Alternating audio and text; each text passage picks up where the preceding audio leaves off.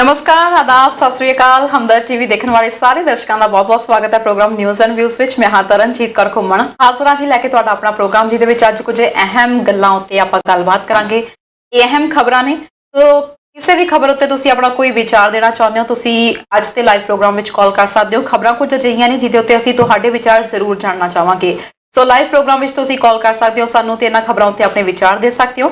ਜੇਕਰ ਤੁਹਾਡੇ ਕੋਲ ਕੋਈ ਅਜਿਹੀ ਖਬਰ ਹੈ, ਕੋਈ ਅਜਿਹੀ ਜਾਣਕਾਰੀ ਹੈ ਜੋ ਤੁਸੀਂ ਸਾਡੇ ਦਰਸ਼ਕਾਂ ਦੇ ਨਾਲ ਸਾਂਝੀ ਕਰਨਾ ਚਾਹੁੰਦੇ ਹੋ, ਸਾਡੇ ਤੱਕ ਪਹੁੰਚਾਉਣਾ ਚਾਹੁੰਦੇ ਹੋ, ਤਾਂ ਵੀ ਤੁਸੀਂ ਸਾਨੂੰ ਅੱਜ ਦੇ ਲਾਈਵ ਪ੍ਰੋਗਰਾਮ ਵਿੱਚ ਕਾਲ ਕਰ ਸਕਦੇ ਹੋ। ਤੇ ਪ੍ਰੋਗਰਾਮ ਦੇ ਵਿੱਚ ਕਾਲ ਕਰਨ ਲਈ ਨੰਬਰ ਨੀਚੇ ਡਿਸਪਲੇ ਹੋ ਰਿਹਾ ਹੈ। ਸੋ ਪ੍ਰੋਗਰਾਮ ਦੀ ਸ਼ੁਰੂਆਤ ਵਿੱਚ ਹਮੇਸ਼ਾ ਦੀ ਤਰ੍ਹਾਂ ਸਭ ਤੋਂ ਪਹਿਲਾਂ ਜੋੜ ਲੈਂਦੇ ਹਾਂ ਜੀ ਮੇਰੇ ਸਹਿਯੋਗੀ ਮਰਗਿੰਦ ਨਾਚੀ ਨੂੰ। ਸਵਾਗਤ ਹੈ ਸਰ। ਤੁਹਾਨੂੰ ਮੇਰੇ ਵੱਲੋਂ ਤੁਹਾਨੂੰ ਸਾਰੇ ਦਰਸ਼ਕਾਂ ਨੂੰ ਸਤਿ ਸ਼੍ਰੀ ਅਕਾਲ ਜੀ, ਆਦਾਬ, नमस्कार। ले मशाले चल पड़े हैं लोग मेरे गांव के, ले मशालें चल पड़े हैं लोग मेरे गांव के, अब अंधेरा जीत लेंगे लोग मेरे गांव के। कह रही है झोपड़ी और पूछते हैं खेत भी, कह रही है झोपड़ी और पूछते हैं खेत भी, कब तक लुटते रहेंगे लोग मेरे गांव के। बिन लड़े कुछ भी यहाँ मिलता नहीं ये जानकर, बिन लड़े कुछ भी यहाँ मिलता नहीं ये जानकर, अब लड़ाई लड़ रहे हैं लोग मेरे गांव के। कफन बांधे हैं सिरों पर हाथ में तलवार है, कफन बांधे हैं सिरों पर हाथ में तलवार है, ढूंढने निकले हैं दुश्मन लोग मेरे गांव के। हर रुकावट जीतती है ठोकरों की मार से, बेड़ियां खनका रहे हैं लोग मेरे गांव के। दे रहे हैं देख लो अब ओ सदाए इनकलाब, दे रहे हैं देख लो अब वो सदाए इनकलाब, हाथ में परचम लिए हैं लोग मेरे गांव के, हाथ में परचम लिए हैं लोग मेरे गांव। क्या बात है सर, बहुत ही इनकलाबी विचारधारा ਅੱਜ ਤੁਸੀਂ ਲੈ ਕੇ ਆਏ ਹੋ। ਤਰਨ ਗੱਲ ਹੈਗੀ ਉਹ ਜੋ ਕੁਛ ਇਸ ਵੇਲੇ ਆਪਣਾ ਪਿੱਛੇ ਹੋ ਰਿਹਾ ਹੈ ਜੀ, ਮੈਂ ਉਹਦੇ ਨਾਲ ਸੰਬੰਧਿਤ ਕੋਸ਼ਿਸ਼ ਕੀਤੀ ਹੈ ਵੀ ਐਸੀ ਕੁਝ ਨਜ਼ਮ ਲੈਣ ਦੀ ਜਾਵੇ ਕਿ ਉਸ ਉਹਨਾਂ ਦੇ ਹਾਲਾਤਾਂ ਤੇ ਜਿਹੜੀ ਟੁਕਦੀ ਹੈ, ਕੁਛ ਹੱਲਾ ਸ਼ੇਰੀ ਦਿੱਤੀ ਹੈ ਜਿਹੜੇ ਸਹੀ ਮਕਸਦ ਦੇ ਨਾਲ ਇਹ ਕੰਮ ਬੜੇ ਇਸ ਚੀਜ਼ ਨੂੰ ਅੱਗੇ ਵਧਾ ਰਹੇ ਨੇ। ਬਿਲਕੁਲ ਇਨਕਲਾਬ ਸਹੀ ਦਿਸ਼ਾ ਵੱਲ ਚੱਲੇ ਤਾਂ ਭਗਤ ਸਿੰਘ ਵਰਗੇ ਦੇਖੋ ਇਨਕਲਾਬ ਸ਼ੁਰੂ ਕੀਤਾ ਸੀ ਤਾਂ ਆਜ਼ਾਦੀ ਵੀ ਮਿਲੀ ਹੈ। ਸੋ ਉਮੀਦ ਕਰਦੇ ਹਾਂ ਜੋ ਉੱਥੇ ਇਸ ਵਕਤ ਕਿਸਾਨਾਂ ਦਾ ਇਨਕਲਾਬ ਸ਼ੁਰੂ ਹੋਇਆ ਵਾ ਤੇ ਆਪਣੇ ਅੰਜਾਮ ਤੱਕ ਵਧੀਆ ਨੇਪਰੇ ਪਹੁੰਚੇ ਉੱਥੇ। ਬਿਲਕੁਲ ਤਰਨ ਐਸ ਲੌਂਗ ਐਸ ਗਲਤ ਹੱਥਾਂ 'ਚ ਨਾ ਜਾਵੇ, ਬਿਲਕੁਲ ਇਹਦਾ ਕੋਈ ਅੰਜਾਮ ਚੰਗਾ ਹੀ ਨਿਕਲੇਗਾ। Of course. ਤੇ ਸਰ ਗੱਲ ਕਰਦੇ ਹਾਂ ਜੀ ਅੱਜ ਖਬਰਾਂ ਦੀ ਸ਼ੁਰੂਆਤ ਕਰਦੇ ਹਾਂ ਸਭ ਤੋਂ ਪਹਿਲਾਂ ਜੋ ਲੇਟੈਸਟ ਖਬਰ ਸ਼ਾਮੀ ਸਾਹਮਣੇ ਆਈ ਹੈ। ਕੈਨੇਡਾ ਨੇ ਇਸ ਵਕਤ ਜੋ ਰਿਸਟ੍ਰਿਕਸ਼ਨ ਸੀ, ਟਰੈਵਲ ਬੈਨ ਸੀ, 31 ਅਕਤੂਬਰ ਯਾਨੀ ਕਿ ਹੈਲੋਵੀਨ ਤੱਕ ਵਧਾ ਦਿੱਤੇ ਨੇ, ਸਭ ਨੂੰ ਪਤਾ ਆ। ਸੋ ਅਜਿਹੇ ਵਿੱਚ ਟਰੈਵਲ ਕਰਨ ਵਾਲੇ ਜਿਹੜੇ ਕਿ ਕੈਨੇਡਾ ਤੋਂ ਬਾਹਰ ਇਸ ਵਕਤ ਕੈਨੇਡਾ ਆਉਣਾ ਚਾਹੁੰਦੇ ਨੇ ਵਿਜ਼ਟਰ ਵੀਜ਼ਾ ਤੇ ਜਾਂ ਕਿਸੇ ਵੀ ਵੀਜ਼ਾ ਦੇ ਉੱਤੇ, ਸੋ ਅਜੇ 31 ਅਕਤੂਬਰ ਤੱਕ ਨਹੀਂ ਆ ਸਕਣਗੇ। ਸਰ ਕੀ ਕਹਿਣਾ ਚਾਹੋਗੇ? ਤਰਨ ਗੱਲ ਹੈ ਕਿ ਮੇਰਾ ਖਿਆਲ ਹੈ ਠੀਕ ਗੱਲ ਕੀਤੀ ਹੈ ਕਿ ਬੈਨ ਕਰ ਦੇਣਾ ਚਾਹੀਦਾ ਹੈ। ਜਿਹੜੇ ਕੋਸ਼ਿਸ਼ਾਂ ਕਰਦੇ ਨੇ ਆਉਣ ਨੂੰ ਪਲੀਜ਼ ਨਾ ਆਓ, ਕਿਉਂਕਿ ਸਾਡੀ ਆਪਦੀ ਬਿਮਾਰੀ ਸਾਡੇ ਹੱਥੋਂ ਬਾਹਰ ਨਿਕਲਣ ਲੱਗੀ ਹੋਈ ਹੈ। ਇਸ ਵੇਲੇ ਜਿਹੜੇ ਹਾਲਾਤ ਹੋਏ ਨੇ, ਕੇਸਿਸ ਵੱਧ ਰਹੇ ਨੇ ਆਪਣੇ ਇੰਟੈਰੀਅਰ ਚ, ਅੱਜ ਫਿਰ 500 ਤੋਂ ਉੱਪਰ ਕੇਸਿਸ ਨੇ, ਆਲਮੋਸਟ 600 ਦੇ ਨੇੜੇ ਤੇੜਾ, ਕਬੈਕ 1000 ਦੇ ਨੇੜੇ ਤੇੜ ਫਿਰ ਰਿਹਾ ਜੀ। BC ਵੀ ਵੱਧ ਰਿਹਾ, ਜਿਹੜੀ ਪ੍ਰੇਰੀ ਪ੍ਰੋਵਿੰਸਿਸ ਆ ਉੱਥੇ ਵੀ ਵੱਧ ਰਿਹਾ। ਤੇ ਜਿਹੜਾ ਬੈਨ ਕੀਤਾ ਜੀ ਠੀਕ ਆ, ਕਈਆਂ ਨੂੰ ਮੇਰੀਆਂ ਬੈਨ ਕਰਨ ਵਾਲੀਆਂ ਗੱਲਾਂ ਚੰਗੀਆਂ ਨਹੀਂ ਲੱਗਦੀਆਂ ਹੁੰਦੀਆਂ, ਤੁਸੀਂ ਇਹ 'ਤੇ ਕੋਈ ਵਿਚਾਰ ਦੇਣਾ ਚਾਹੁੰਦੇ ਹੋ ਨੋ ਪ੍ਰੋਬਲਮ, ਬੈਨ ਕਰ ਦੇਣਾ ਚਾਹੀਦਾ ਜੀ। ਮੈਂ ਤਾਂ ਉਹ ਕਹਿੰਦਾ ਵੀ ਹਲੇ ਹੋਰ 6 ਮਹੀਨੇ ਇਹ ਚੀਜ਼ ਜਦ ਤੱਕ ਕਿਸੇ ਕੰਟਰੋਲ 'ਚ ਨਹੀਂ ਆਉਂਦੀ ਬਿਲਕੁਲ ਬੈਨ ਕਰ ਦੇਣਾ ਚਾਹੀਦਾ ਜੀ। ਬਿਲਕੁਲ ਸਰ, ਤੁਸੀਂ ਬੈਨ ਦੀ ਗੱਲ ਕੀਤੀ ਹੈ, ਇੱਕ ਪਾਸੇ ਬੈਨ ਦੀ ਗੱਲ ਹੋ ਰਹੀ ਹੈ, ਦੂਜੇ ਪਾਸੇ ਸੈਕਿੰਡ ਵੇਵ ਦੀ ਸ਼ੁਰੂਆਤ ਹੋ ਚੁੱਕੀ ਹੈ। ਅੱਜ ਦੀ ਗੱਲ ਕਰੀਏ ਤਾਂ ਓਨਟਾਰੀਓ ਵਿੱਚ 500 ਲਗਭਗ 85 ਮਾਮਲੇ ਸਾਹਮਣੇ ਆਏ ਨੇ ਤੇ ਬਹੁਤ ਜ਼ਿਆਦਾ ਸਰ ਕੇਸਿਸ ਵੱਧ ਰਹੇ ਨੇ, ਪਾਰਟੀਜ਼ ਹੋ ਰਹੀਆਂ ਨੇ ਲਗਾਤਾਰ, ਅਜੇ ਵੀ ਲੋਕ ਨਹੀਂ ਟਿਕ ਰਹੇ। ਖਾਸ ਤੌਰ ਤੇ ਮੈਂ ਇੱਥੇ ਗੱਲ ਕਰੂੰਗੀ ਜਿਹੜੀਆਂ ਵਿਆਹ ਸ਼ਾਦੀ ਦੀਆਂ ਪਾਰਟੀਜ਼ ਹੋ ਰਹੀਆਂ ਨੇ ਸਰ, ਜਾਂ ਤਾਂ ਇਹਨਾਂ ਨੂੰ ਪੋਸਟਪੋਨ ਕਰ ਦਿੱਤਾ ਜਾਵੇ ਜਾਂ ਫਿਰ ਇਹਨਾਂ ਉੱਤੇ ਸਖਤੀ ਕੀਤੀ ਜਾਵੇ, ਗੈਦਰਿੰਗ ਬਿਲਕੁਲ ਘਟਾਈ ਜਾਵੇ। ਸਿਰਫ ਲੜਕਾ ਲੜਕੀ ਉਹਨਾਂ ਦੇ ਮੇਨ ਪਰਿਵਾਰਿਕ ਮੈਂਬਰ ਹੋਣੇ ਚਾਹੀਦੇ ਨੇ। ਇਹ ਜਿਹੜੇ ਨਾਲ ਬੇਗਾਨੀ ਸ਼ਾਦੀ ਮੈਂ ਅਬਦੁੱਲਾ ਦੀਵਾਨਾ ਨਾਲ ਆ ਰਹੇ ਨੇ ਤੇ ਨਾਲ ਬਾਕੀਆਂ ਨੂੰ ਕਰੋਨਾ ਵੀ ਕਰਾ ਰਹੇ ਨੇ। ਔਸ਼ਵਾ ਦੀ ਆਪਾਂ ਐਗਜ਼ਾਮਪਲ ਲੈ ਕੇ ਚੱਲੀਏ, ਜਿਹੜਾ ਲੇਟੈਸਟ ਵੀ ਮਾਮਲਾ ਸਾਹਮਣੇ ਆਇਆ। ਕਈਆਂ ਦੇ ਅਬਦੁੱਲੇ ਜ਼ਿਆਦੇ ਆ, ਉਹਨਾਂ ਨੂੰ ਕੀ ਕਰੋਗੇ ਤੁਸੀਂ? ਠੀਕ ਹੈ ਨਾ, ਕਿਉਂਕਿ ਮੈਂ ਐਕਸਟੈਂਡਡ ਫੈਮਿਲੀਜ਼ ਦੀ ਗੱਲ ਕਰਦਾ। ਕਈ ਪਰਿਵਾਰ ਵੱਡੇ ਨੇ, ਉਹ ਫਿਰ ਉਹਨਾਂ ਦੇ ਆਪ ਦੀ 50 ਹੋ ਜਾਂਦੇ ਨੇ। ਇਹ ਹੋਣਾ ਨਹੀਂ ਚਾਹੀਦਾ। ਮੇਰੀ ਗੱਲ ਇਹ ਹੈ, ਜੋ ਕੁਝ ਹੋ ਰਿਹਾ, ਜਿਹੜੇ ਵਿਆਹ ਸ਼ਾਦੀਆਂ ਕਰ ਰਹੇ ਹੋ ਜੀ, ਜੇ ਤੁਹਾਨੂੰ ਇਸ ਗੱਲ ਤੇ ਕੋਈ ਸਾਡੀ ਤੇ ਟਿੱਪਣੀ ਕਰਨੀ ਚਾਹੁੰਦੇ ਹੋ ਜਾਂ ਜਿਹੜੇ ਸਾਡੇ ਦਰਸ਼ਕ ਹੈਗੇ ਇਸ ਮਾਮਲੇ 'ਚ ਕੁਛ ਕਰਨਾ, ਤੁਸੀਂ ਗੱਲਬਾਤ ਕਰਨੀ ਚਾਹੁੰਦੇ, ਜਿਹੜਾ ਸਕਰੀਨ ਤੇ ਨੰਬਰ ਆ ਰਿਹਾ, ਤੁਸੀਂ ਪਲੀਜ਼ ਸਾਨੂੰ ਕਾਲ ਕਰ ਸਕਦੇ ਹੋ। ਬੈਨ ਕਰ ਦੇਣਾ, ਇਹ ਸਾਨੂੰ ਜਿਹੜੇ ਕਾਨੂੰਨ ਬਣਾਏ ਜਾ ਰਹੇ ਨੇ, ਜਿਹੜੀ ਸਰਕਾਰ ਅਜਿਹੀਆਂ ਗੱਲਾਂ ਕਰਨ ਨੂੰ ਫਿਰਦੀ ਹੈਗੀ ਆ, ਉਹ ਇਹ ਸੋਚਿਆ ਜਾਵੇ ਸਾਡੇ ਭਲੇ ਵਾਸਤੇ ਹੀ ਹੈ। ਉਹ ਕਿਸੇ ਹੋਰ ਦੇ ਭਲੇ ਵਾਸਤੇ ਹੈ ਨਹੀਂਗਾ। ਸਾਡੇ ਚੋਂ ਅਸੀਂ ਬਿਮਾਰ ਹੋਣਾ, ਸਾਡੇ ਚੋਂ ਹੀ ਮੌਤਾਂ ਹੋਈਆਂ ਨੇ, ਸਾਡੇ ਚੋਂ ਹੋਰ ਬਿਮਾਰ ਹੋ ਰਹੇ ਨੇ, ਪ੍ਰੋਬਲਮਸ ਆ ਰਹੀਆਂ ਨੇ, ਕਈਆਂ ਨੂੰ ਲੰਗਸ ਦੀ, ਫਿਰ ਬਾਅਦ ਚ ਜਿਨ੍ਹਾਂ ਨੂੰ ਕੋਵਿਡ ਹੋ ਹਟਿਆ ਤਰਨ ਕਈ ਵਾਰੀ ਉਹਨਾਂ ਨੂੰ ਬਾਅਦ ਚ ਫਿਰ ਪ੍ਰੋਬਲਮਸ ਆਉਂਦੀਆਂ ਸਾਹ ਦੀ, ਕਿਉਂਕਿ ਇਹ ਲੰਗਸ ਤੇ ਅਸਰ ਕਰਦਾ, ਸਾਹ ਦੀ ਪ੍ਰੋਬਲਮ ਆਉਂਦੀ ਹੈ। ਅਸੀਂ ਫਿਰ ਵੀ ਬੰਦੇ ਨਹੀਂ ਬਣ ਰਹੇ, ਜਿਹਨੂੰ ਮੈਂ ਕਹਿੰਦਾ ਜੇ ਬੰਦੇ ਬਣਦੇ ਨਹੀਂ ਤਾਂ ਸਰਕਾਰ ਬੰਦੇ ਬਣਾ ਦੇਣਾ, ਕਿਉਂਕਿ ਸਰਕਾਰ ਬਾਕੀ ਥਾਵਾਂ ਤੇ ਤਾਂ ਬੜਾ ਕੁਝ ਕਰ ਰਹੀ ਹੈ, ਸਖਤੀ ਕਰ ਰਹੀ ਹੈ। ਹੁਣ ਬਾਹਰੋਂ ਤੁਸੀਂ ਕਹਿ ਰਹੇ ਹੋ ਕਿ ਬਾਹਰੋਂ ਯਾਤਰੀ ਨਾ ਆਉਣ, ਬਾਹਰੋਂ ਯਾਤਰੀ ਕਰੋਨਾ ਵਾਇਰਸ ਲੈ ਕੇ ਆ ਰਹੇ ਨੇ, ਜਿਹੜੇ ਇਸ ਵਕਤ ਘਰ ਦੇ ਵਿੱਚ ਬੈਠੇ ਕਰੋਨਾ ਵਾਇਰਸ ਫੈਲਾ ਰਹੇ ਨੇ, ਉਹਨਾਂ ਲਈ ਤੁਸੀਂ ਕੀ ਕਰ ਰਹੇ ਹੋ? ਤੁਸੀਂ ਪਾਰਟੀਆਂ ਬੰਦ ਕਰੋ, ਵਿਆਹਾਂ ਨੂੰ ਬੰਦ ਕਰੋ, ਸੋਸ਼ਲ ਗੈਦਰਿੰਗਸ ਬੰਦ ਕਰੋ। ਸੈਕਿੰਡ ਵੇਵ ਆ ਚੁੱਕੀ ਆ, ਮਾਮਲੇ ਲਗਾਤਾਰ ਵੱਧ ਰਹੇ ਨੇ। ਜਦੋਂ ontario ਵਿੱਚ ਫਸਟ ਵੇਵ ਦੌਰਾਨ 400 ਦੇ ਕਰੀਬ ਮਾਮਲੇ ਸਾਹਮਣੇ ਆ ਰਹੇ ਸੀ, ਉਸ ਟਾਈਮ ਹਾਹਾਕਾਰ ਮਚੀ ਹੋਈ ਸੀ। ਸੈਕਿੰਡ ਵੇਵ ਕਹਿ ਰਹੇ ਨੇ ਹੁਣ, ਜਿਵੇਂ ਮਿਸਟਰ ਫੋਰਡ ਦੀ ਆਪਦੀ ਹੀ ਸਟੇਟਮੈਂਟ ਹੈ ਕਿ ਅਕਤੂਬਰ ਦੇ ਮਹੀਨੇ ਵਿੱਚ ਪਰ ਡੇ 1000 ਤੱਕ ਵੀ ਪਹੁੰਚ ਸਕਦੇ ਆ ਮਾਮਲੇ। ਸੋ ਤੁਸੀਂ ਕਰ ਕੀ ਰਹੇ ਹੋ? ਤੁਸੀਂ ਸੋਸ਼ਲ ਗੈਦਰਿੰਗਸ ਘਟਾਓ, ਤੁਸੀਂ ਜਿਹੜੇ ਪੈਟੀਓਸ ਨੇ ਉਹਨਾਂ ਨੂੰ ਬੰਦ ਕਰਵਾਓ ਜਿਹੜੇ ਓਪਨ ਹੋ ਚੁੱਕੇ ਨੇ। ਲੋਕਾਂ ਨੂੰ ਕੀ ਹੈ ਇਸ ਵਕਤ, ਜ਼ਿੰਦਗੀ ਜ਼ਿਆਦਾ ਜ਼ਰੂਰੀ ਹੈ ਕਿ ਤੁਸੀਂ ਪੈਟੀਓਸ ਜ਼ਿਆਦਾ ਇੰਪੋਰਟੈਂਟ ਨੇ? ਤਰਨ ਦੇਖੋ, ਸਰਕਾਰ ਜਿਹੜਾ ਕੁਝ ਕਰ ਰਹੀ ਹੈ, I will defend the government here, ਜੋ ਕੁਝ ਕਰ ਰਹੀ ਹੈ ਉਹ ਮੇਰਾ ਖਿਆਲ ਹੈ ਠੀਕ ਕਰ ਰਹੀ ਹੈ। ਔਰ ਉਹ ਜੇ ਹੁਣ ਜਿਹੜੇ ਲੋਕ ਉਸ ਕਾਨੂੰਨ ਨੂੰ ਫੋਲੋ ਨਹੀਂ ਕਰ ਰਹੇ, ਮੇਰਾ ਖਿਆਲ ਹੈ ਉਹਨਾਂ ਦਾ ਕਸੂਰ ਵੀ ਹੈਗਾ, ਕਿਉਂਕਿ ਸਰਕਾਰ ਦਾ ਕੰਮ ਹੈ ਤੁਹਾਨੂੰ ਇੱਕ ਚੀਜ਼ ਪੈਕੇਜ ਬਣਾ ਕੇ ਦੇਤਾ and people are suppose to follow. ਕਿਸੇ ਨੂੰ ਮੇਰੀ ਗੱਲ ਚੰਗੀ ਲੱਗਦੀ ਪਲੀਜ਼ ਕਾਲ ਅਸ ਜੀ। ਵੀ ਜਦ ਤੁਹਾਨੂੰ ਸਰਕਾਰ ਕਹਿ ਰਹੀ ਹੈ ਆਪਦੇ ਤੁਸੀਂ ਟਿਕ ਕੇ ਬੈਠੋ ਘਰਾਂ ਦੇ ਵਿੱਚ, ਸਰਕਾਰ ਹੋਰ ਕੀ ਕਰੇ? ਤੁਸੀਂ ਇਸ ਤੋਂ ਬਿਨਾਂ ਹੋਰ, ਅੱਛਾ ਤੁਸੀਂ ਤੁਹਾਡੇ ਮੁਤਾਬਕ ਕਾਨੂੰਨ ਹੋਰ ਬਣਾ ਦੇਵੇ ਸਰਕਾਰ, ਉਹਦੇ ਉੱਤੇ ਹੋਰ ਸਰਕਾਰ। ਜਦੋਂ 1000 ਫਾਈਨ ਕਿਸੇ ਦੀ ਜੇਬ ਚੋਂ ਜਾਂਦਾ, ਕਿਸੇ ਨੂੰ ਨਹੀਂ ਦੁਖਦਾ ਲੱਗਣਾ। ਜਦੋਂ ਕਿਸੇ ਦੀ ਜੇਬ ਚੋਂ ਘੱਟੋ ਘੱਟ $10,000 ਦਾ ਫਾਈਨ ਨਿਕਲੂਗਾ ਨਾ, ਆਰਾਮ ਨਾਲ ਸਾਰੇ ਘਰੇ ਬੈਠਣਗੇ। ਫਿਰ ਜਿਹੜੇ ਵਿਆਹਾਂ ਤੇ ਜਾ ਕੇ ਮਟਰ ਪਨੀਰ ਖਾਦੇ ਜਾਂਦੇ ਨਾ, ਉਹ ਵੀ ਔਖੇ ਲੱਗਣਗੇ ਖਾਣੇ। ਤਰਨ ਤੁਹਾਨੂੰ 10,000 ਨਹੀਂ ਦੁਖਦਾ, ਮੈਨੂੰ 1000 ਦੁਖਦਾ। ਬਹੁਤੇ ਲੋਕ ਐਸੇ ਹੈਗੇ ਜਿਹੜੇ $1000 ਵੀ ਨਹੀਂ ਦੇ ਸਕਦੇ, ਉਹ ਤਾਂ ਫੋਲੋ ਕਰ ਰਹੇ ਨੇ, ਪਰ ਜਿਹੜੇ 10,000 ਵਾਲੇ ਹੈਗੇ ਆ ਉਹ ਨਹੀਂ ਫੋਲੋ ਕਰਨਾ ਚਾਹੁੰਦੇ, ਫਿਰ ਉਹਨਾਂ ਨੂੰ ਕੀ ਕਰੋ 20,000 ਕਰ ਦੇਵਾਂਗੇ। ਪਰ ਇਹ ਕਿੱਥੇ ਤੱਕ ਇਹ ਜਿਹੀ ਗੱਲ, ਕੋਈ ਸਾਨੂੰ ਜਿਹਨੂੰ ਕਹਿੰਦੇ ਸਾਡੇ ਆਪਦੇ ਅੰਦਰੋਂ ਇਹ ਗੱਲ ਨਿਕਲਣੀ ਪੈਣੀ ਆ, ਇਹ ਆਉਣੀ ਪੈਣੀ ਆ ਸਾਨੂੰ। ਜੇ ਪਰਮਾਤਮਾ ਕੋਈ ਮੱਤ ਬਖਸ਼ੇ, ਸਮੱਤ ਬਖਸ਼ੇ, ਤਾਂ ਅਸੀਂ ਆਪਦੇ ਆਪ ਨੂੰ ਸਿੱਧੇ ਕਰੀਏ। ਸਰਕਾਰ ਤਾਂ ਕਾਨੂੰਨ ਬਣਾਈ ਜਾ ਰਹੀ ਹੈ ਸੀ, ਜੇ ਫੋਲੋ ਹੀ ਨਹੀਂ ਕਰਨਾ ਤਾਂ ਤੁਸੀਂ ਹੁਣ ਆਸ਼ ਵਾਲੇ ਆ 8 ਜਣਿਆਂ ਨੂੰ ਉਸ ਵਿਆਹ ਦੇ ਵਿੱਚ ਹੋਇਆ। ਆਪਣੇ ਵਿਆਹ ਹੋਰ ਹੋ ਰਹੇ ਨੇ, ਜੇ ਕਿਸੇ ਨੂੰ ਪਤਾ ਜੀ ਕਿਤੇ ਜ਼ਿਆਦਾ ਇਕੱਠ ਨਾਂ ਲੈਣ ਦੀ ਲੋੜ ਨਹੀਂ ਹੈ, ਇਕੱਠ ਹੁੰਦਾ ਪਲੀਜ਼ ਤੁਸੀਂ ਸਾਡੇ ਨਾਲ ਸ਼ੇਅਰ ਕਰ ਸਕਦੇ ਹੋ। ਕਿਉਂਕਿ ਮੈਂ ਇੱਕ ਥਾਂ ਤੇ ਸੁਣਿਆ, ਇੱਕ ਗੱਲ ਸੁਣੀ ਹੈ, ਮੈਂ ਬਹੁਤੀਆਂ ਨਹੀਂ ਕਹਿਣੀਆਂ ਚਾਹੁੰਦਾ। ਲੋਕੀ ਬਾਈਪਾਸ ਕਿਵੇਂ ਕਰ ਰਹੇ ਆ? ਮੰਨ ਲਓ 50 ਦਾ ਇਕੱਠ ਅਲਾਉਡ ਹੈ, ਠੀਕ ਹੈ, ਇੱਕ ਬੈਂਕਟ ਹਾਲ ਦੇ ਵਿੱਚ ਪ੍ਰੋਗਰਾਮ ਹੈਗਾ, ਉਸ ਬੈਂਕਟ ਹਾਲ ਦੇ ਵਿੱਚ 3 ਨਾਂ ਦੇ ਉੱਤੇ 3 ਇਵੈਂਟਸ ਬੁੱਕ ਕਰਾਤੇ ਨੇ। ਤੁਸੀਂ 50 ਦਾ ਕਰਾਤਾ, ਮੈਂ ਵੀ 50 ਦਾ ਕਰਾਤਾ, ਭੁੱਲਰ ਸਾਹਿਬ ਨੇ 50 ਦਾ ਕਰਾਤਾ, ਹੈ ਇੱਕ ਹੀ 150 ਬੰਦਾ ਉੱਥੇ ਇਕੱਠਾ ਹੋ ਗਿਆ। ਇਹ ਜਿਹਾ ਨੂੰ ਕੀ ਕਰੋਗੇ ਜਿਹੜੇ ਲੋਕੀ ਬਾਈਪਾਸ ਕਰਦੇ? ਇਹ ਕਾਨੂੰਨ ਹੁਣ $10,000 ਤੱਕ ਦਾ ਫਾਈਨ ਕੀਤਾ ਹੋਇਆ। ਲੋਕ ਫੇਰ ਨਹੀਂ ਸਮਝ ਰਹੇ। ਚਲੋ ਪੈਸੇ ਦੀ ਗੱਲ ਛੱਡੋ ਪਰੇ, ਜਦ ਤੁਹਾਨੂੰ ਬਿਮਾਰੀ ਲੱਗਦੀ ਹੈ ਪੇ ਕਿਹਨੇ ਕਰਨਾ? ਤੁਸੀਂ ਆਪਦੇ ਸਰੀਰ ਰਾਹੀਂ, ਠੀਕ ਹੈ, ਸਰਕਾਰ ਪੇ ਕਰ, ਅਸੀਂ ਵੀ ਟੈਕਸ ਪੇਅਰ ਅਸੀਂ ਪੇ ਕਰਦੇ ਹਾਂ ਜੀ, ਠੀਕ ਹੈ, ਤੁਹਾਡੇ ਵਾਸਤੇ ਜ਼ਰੂਰ ਪੇ ਕਰਾਂਗੇ, ਇਹੋ ਜਿਹੀ ਗੱਲ ਨਹੀਂ ਹੈ।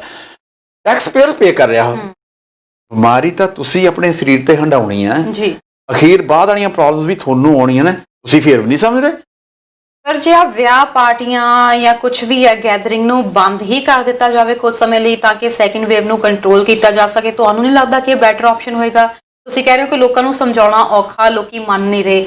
ਲੋਕਾਂ ਨੂੰ ਉਦੋਂ ਵੀ ਸਮਝਾਇਆ ਸੀ, ਲੋਕਾਂ ਨੂੰ ਉਦੋਂ ਵੀ ਘਰੇ ਵਾੜਿਆ ਸੀ ਜਦੋਂ ਸ਼ੁਰੂਆਤ ਹੋਈ ਸੀ ਕਰੋਨਾ ਵਾਇਰਸ ਸੀ। ਉਸ ਟਾਈਮ ਕਿਹਾ ਗਿਆ ਸੀ ਨਾ ਕਿ ਕੋਈ ਪਾਰਟੀ ਨਹੀਂ ਕਰਨੀ, ਕੋਈ ਸੋਸ਼ਲ ਗੈਦਰਿੰਗ ਨਹੀਂ ਹੋਣੀ, ਤੁਸੀਂ ਘਰਾਂ ਵਿੱਚ ਵੀ ਪਾਰਟੀ ਨਹੀਂ ਕਰ ਸਕਦੇ, ਜਿੰਨੇ ਘਰਾਂ 'ਚ ਬੈਠੇ ਹੋ ਉਨੇ ਹੀ ਬੈਠੇ ਰਹੋ। ਉਹੀ ਚੀਜ਼ ਜੇ ਦੁਬਾਰਾ ਲਾਗੂ ਕਰ ਦੇਣ ਉਹ ਮਾੜੀ ਚੀਜ਼ ਨਹੀਂ ਹੈ, ਕਿਉਂਕਿ ਇਸ ਵਕਤ ਸੈਕਿੰਡ ਵੇਵ ਹੈ। ਕੁਝ ਲੋਕ ਤਾਂ ਬੇਵਕੂਫ ਹੈਗੇ ਆ, ਪਰ ਉਹਨਾਂ ਦੀ ਬੇਵਕੂਫੀ ਦੀ ਜਿਹੜੀ ਗਲਤੀ ਦੀ ਸਜ਼ਾ ਹੈ ਉਹ ਬਾਕੀ ਕਿਉਂ ਭੁਗਤਣ? ਉਹਦੇ 'ਚ ਇੱਕ ਪ੍ਰੋਬਲਮ ਆਉਂਦੀ ਹੈ, ਬੰਦ ਕਰ ਦਿੰਦੇ ਸਾਰਾ ਕੁਝ, ਠੀਕ ਹੈ, ਇਕਨੋਮੀ ਬੰਦ ਹੋ ਜਾਂਦੀ ਹੈ, ਜਿਹੜਾ ਸੋਰਸ ਆਫ ਇਨਕਮ ਹੈਗਾ ਸਰਕਾਰ ਦਾ ਹੁਣ ਬਿਲਕੁਲ ਖਤਮ ਹੋ ਜਾਂਦਾ। ਟੈਕਸ ਨਹੀਂ ਆਉਂਦਾ, ਕੋਈ ਬੰਦਾ ਕੰਮ ਤੇ ਨਹੀਂ ਜਾ ਰਿਹਾ, ਜਿਹੜਾ ਕੰਮ ਤੇ ਜਾਏਗਾ ਉਹ ਆਪਦੀ ਇੰਪਲੋਇਮੈਂਟ ਇੰਸ਼ੋਰੈਂਸ ਵਗੈਰਾ ਕੱਟ ਕੇ ਸਰਕਾਰ ਨੂੰ ਜਾਂਦੀ ਹੈ। ਸਰਕਾਰ ਨੇ ਕਿੰਨਾ ਕੰਮ ਹੈ, ਸਰਕਾਰ ਤੇ ਬੋਝ ਕਿੰਨਾ। ਅਸੀਂ ਸੜਕਾਂ ਵੀ ਬਣਾਉਣੀਆਂ ਨੇ, ਕਾਨੂੰਨ ਵੀ ਤੁਹਾਨੂੰ ਦੇਣਾ, ਕਾਨੂੰਨ ਦੇ ਰਾਖੇ ਵੀ ਨੂੰ ਵੀ ਪੈਸੇ ਦੇਣੇ ਆ, ਅਸੀਂ ਬਾਕੀ ਬਿਜਲੀ ਬੱਤੀ ਵੀ ਥੋੜੀ ਜਲਦੀ ਕਰਨੀ ਆ, ਸਾਰਾ ਕੁਝ ਰੱਖਣਾ। ਉਹਦੇ ਵਾਸਤੇ ਸਰਕਾਰ ਨੂੰ ਕਿਸੇ ਇਨਕਮ ਦੀ ਲੋੜ ਹੈਗੀ ਹੈ। ਸਰਕਾਰ ਇਸੇ ਕਰਕੇ ਚਾਹੁੰਦੀ ਹੈ, ਕੋਸ਼ਿਸ਼ ਹੈਗੀ ਹੈ ਸਰਕਾਰਾਂ ਦੀ ਕਿ ਜਿੰਨੀ ਛੇਤੀ ਓਪਨ ਕੀਤਾ ਜਾ ਸਕੇ ਵਿਦਨ ਲਿਮਿਟਸ। ਔਰ ਜੇ ਅਸੀਂ ਜੋ ਕੁਝ ਸਾਡੇ ਸਭ ਤੋਂ ਵੱਡੀ ਗੱਲ ਤਰਨ ਮਾਸਕ ਹੈ, ਇਟਸ ਅ ਪ੍ਰੂਵਨ ਫੈਕਟਰ ਨਾਓ ਕਿ ਮਾਸਕ ਵਰਤਦੇ ਹੋ, ਹੱਥ ਧੋਣੇ ਹੋ ਤਾਂ ਤੁਹਾਨੂੰ ਛੇਤੀ ਕਿਤੇ ਕਰੋਨਾ ਨਹੀਂ ਹੁੰਦਾ। ਹੋ ਸਕਦਾ ਕਿਸੇ ਨੂੰ ਵੀ ਹੋ ਸਕਦਾ, ਪਰ ਜੇ ਤੁਸੀਂ ਇੰਨਾ ਬਚਾਅ ਰੱਖਦੇ ਹੋ ਤਾਂ ਚਾਂਸਸ ਹੈ ਕਿ ਘੱਟ ਹੁੰਦਾ। ਅਸੀਂ ਜੇ ਉਸ ਚੀਜ਼ ਨੂੰ ਫੋਲੋ ਕਰਕੇ ਇਹ ਜਿਹਾ ਕੁਝ ਕਰਦੇ ਰਹੀਏ ਤਾਂ ਹੋ ਸਕਦਾ ਹੈ ਕਿ ਸਰਕਾਰ ਨੂੰ ਬੰਦ ਨਾ ਕਰਨਾ ਪਏ। ਸਰਕਾਰ ਤਾਂ ਹੋਰ ਕੰਮ ਤੇ ਜਾ ਰਹੀ ਹੈ, ਸਰਕਾਰ ਪੈਟੀਓਜ਼ ਵੀ ਖੋਲ੍ਹਣ ਜਾ ਰਹੀ ਹੈ। ਸਰਕਾਰ ਇਸ ਮਾਮਲੇ ਵਿੱਚ ਵੀ ਸੋਚ ਰਹੀ ਹੈ ਕਿ ਪੈਟੀਓਜ਼ ਵਿੰਟਰ ਦੇ ਵਿੱਚ ਵੀ ਖੁੱਲ੍ਹੇ ਰਹਿਣ। ਜੇ ਉਹਨਾਂ ਨੇ ਨਾਲ ਕੰਡੀਸ਼ਨ ਇਹ ਲਾਈ ਹੈ ਕਿ ਪੈਟੀਓ ਸਾਈਡਾਂ ਤੋਂ ਇਨਕਲੋਜ਼ਰ ਨਹੀਂ ਹੋਣਾ ਚਾਹੀਦਾ, ਖੁੱਲ੍ਹਾ ਹੋਣਾ ਚਾਹੀਦਾ, ਹੀਟਰਸ ਲੱਗੇ ਆ, ਤੁਸੀਂ ਬਾਹਰ ਬੈਠ ਸਕਦੇ ਹੋ। ਸਰਕਾਰ ਚਾਹੁੰਦੀ ਹੈ ਵੀ ਕਿਸੇ ਨਾ ਕਿਸੇ ਹਿਸਾਬ ਦੇ ਵਿੱਚ ਕੰਮ ਸ਼ੁਰੂ ਹੋਵੇ, ਟੈਕਸ ਪੇ ਕਰੇ, ਪਰ ਸਾਨੂੰ ਆਪ ਨੂੰ ਵੀ ਸਮਝਣ ਦੀ ਲੋੜ ਹੈ ਕਿ ਅਸੀਂ ਜਿਹੜੀਆਂ ਗੱਲਾਂ ਕਰ ਰਹੇ ਹਾਂ ਕਿਉਂ ਕਰ ਰਹੇ ਹਾਂ। ਤੁਸੀਂ ਜਿਵੇਂ 2 ਪੁਆਇੰਟਸ ਕੀਤੇ, ਇੱਕ ਤਾਂ ਮਾਸਕ ਦੀ, ਦੂਜੀ ਤੁਸੀਂ ਕਿਹਾ ਕਿ ਸਰਕਾਰ ਕਾਨੂੰਨ ਬਣਾਉਂਦੀ ਹੈ। ਮਾਸਕ ਦੇ ਵਿੱਚ ਮੈਂ ਅੱਜ ਹੀ ਇੱਕ ਖਬਰ ਪੜ੍ਹੀ ਹੈ ਤੇ ਉਹਦੇ ਵਿੱਚ ਸੀ ਕਿ ਟੋਰਾਂਟੋ ਦੇ ਵਿੱਚ 2 ਜਣਿਆਂ ਦੀ ਆਪਸ ਵਿੱਚ ਮਾਸਕ ਪਾਉਣ ਨੂੰ ਲੈ ਕੇ ਲੜਾਈ ਹੋ ਗਈ ਤੇ ਜਿਹਨੇ ਮਾਸਕ ਨਹੀਂ ਪਾਇਆ ਹੋਇਆ ਸੀ ਉਹਨੇ ਇੱਕ ਨੇ ਕਿਹਾ ਕਿ ਤੁਸੀਂ ਮਾਸਕ ਪਾ ਲਵੋ ਜਦੋਂ ਕਿਤੇ ਐਂਟਰ ਕਰਨ ਲੱਗੇ। ਉਸ ਪਰਸਨ ਨੂੰ ਇੰਨਾ ਕੁ ਗੁੱਸਾ ਆਇਆ ਕਿ ਉਹਨੇ ਸਾਹਮਣੇ ਵਾਲੇ ਦੇ ਮੁੱਕਾ ਮਾਰ ਕੇ ਉਹਦੇ ਦੰਦ ਤੋੜ ਦਿੱਤੇ। ਸੋ ਹੁਣ ਇਸ ਵਕਤ ਪੁਲਿਸ ਉਹਨੂੰ ਲੱਭਦੀ ਫਿਰਦੀ ਹੈ। ਸੋ ਇਹ ਜੇ ਸਿਰਫਰਿਆਂ ਦਾ ਆਪਾਂ ਕੀ ਕਰੀਏ। ਦੂਜੀ ਗੱਲ ਆ ਜਿਹੜੀ ਤੁਸੀਂ ਕਿਹਾ ਕਿ ਸਰਕਾਰ ਕਾਨੂੰਨ ਬਣਾਉਂਦੀ ਪਈ ਆ, ਕਿਊਬਿਕ ਦੇ ਵਿੱਚ ਵੀ ਕਹੇ ਜਾਈ ਨਵਾਂ ਕਾਨੂੰਨ ਆਇਆ ਜਿਹਦੇ ਵਿੱਚ ਜੇ ਤੁਸੀਂ ਪਾਰਟੀ ਕਰਦੇ ਹੋਏ ਫੜੇ ਜਾਂਦੇ ਹੋ, ਪੁਲਿਸ ਘਰਾਂ ਵਿੱਚ ਆ ਕੇ ਵੀ ਚੈੱਕ ਕਰ ਸਕਦੀ ਹੈ ਤੇ ਉਹਨਾਂ ਨੂੰ ਕੋਈ ਰੋਕ ਨਹੀਂ ਸਕਦਾ।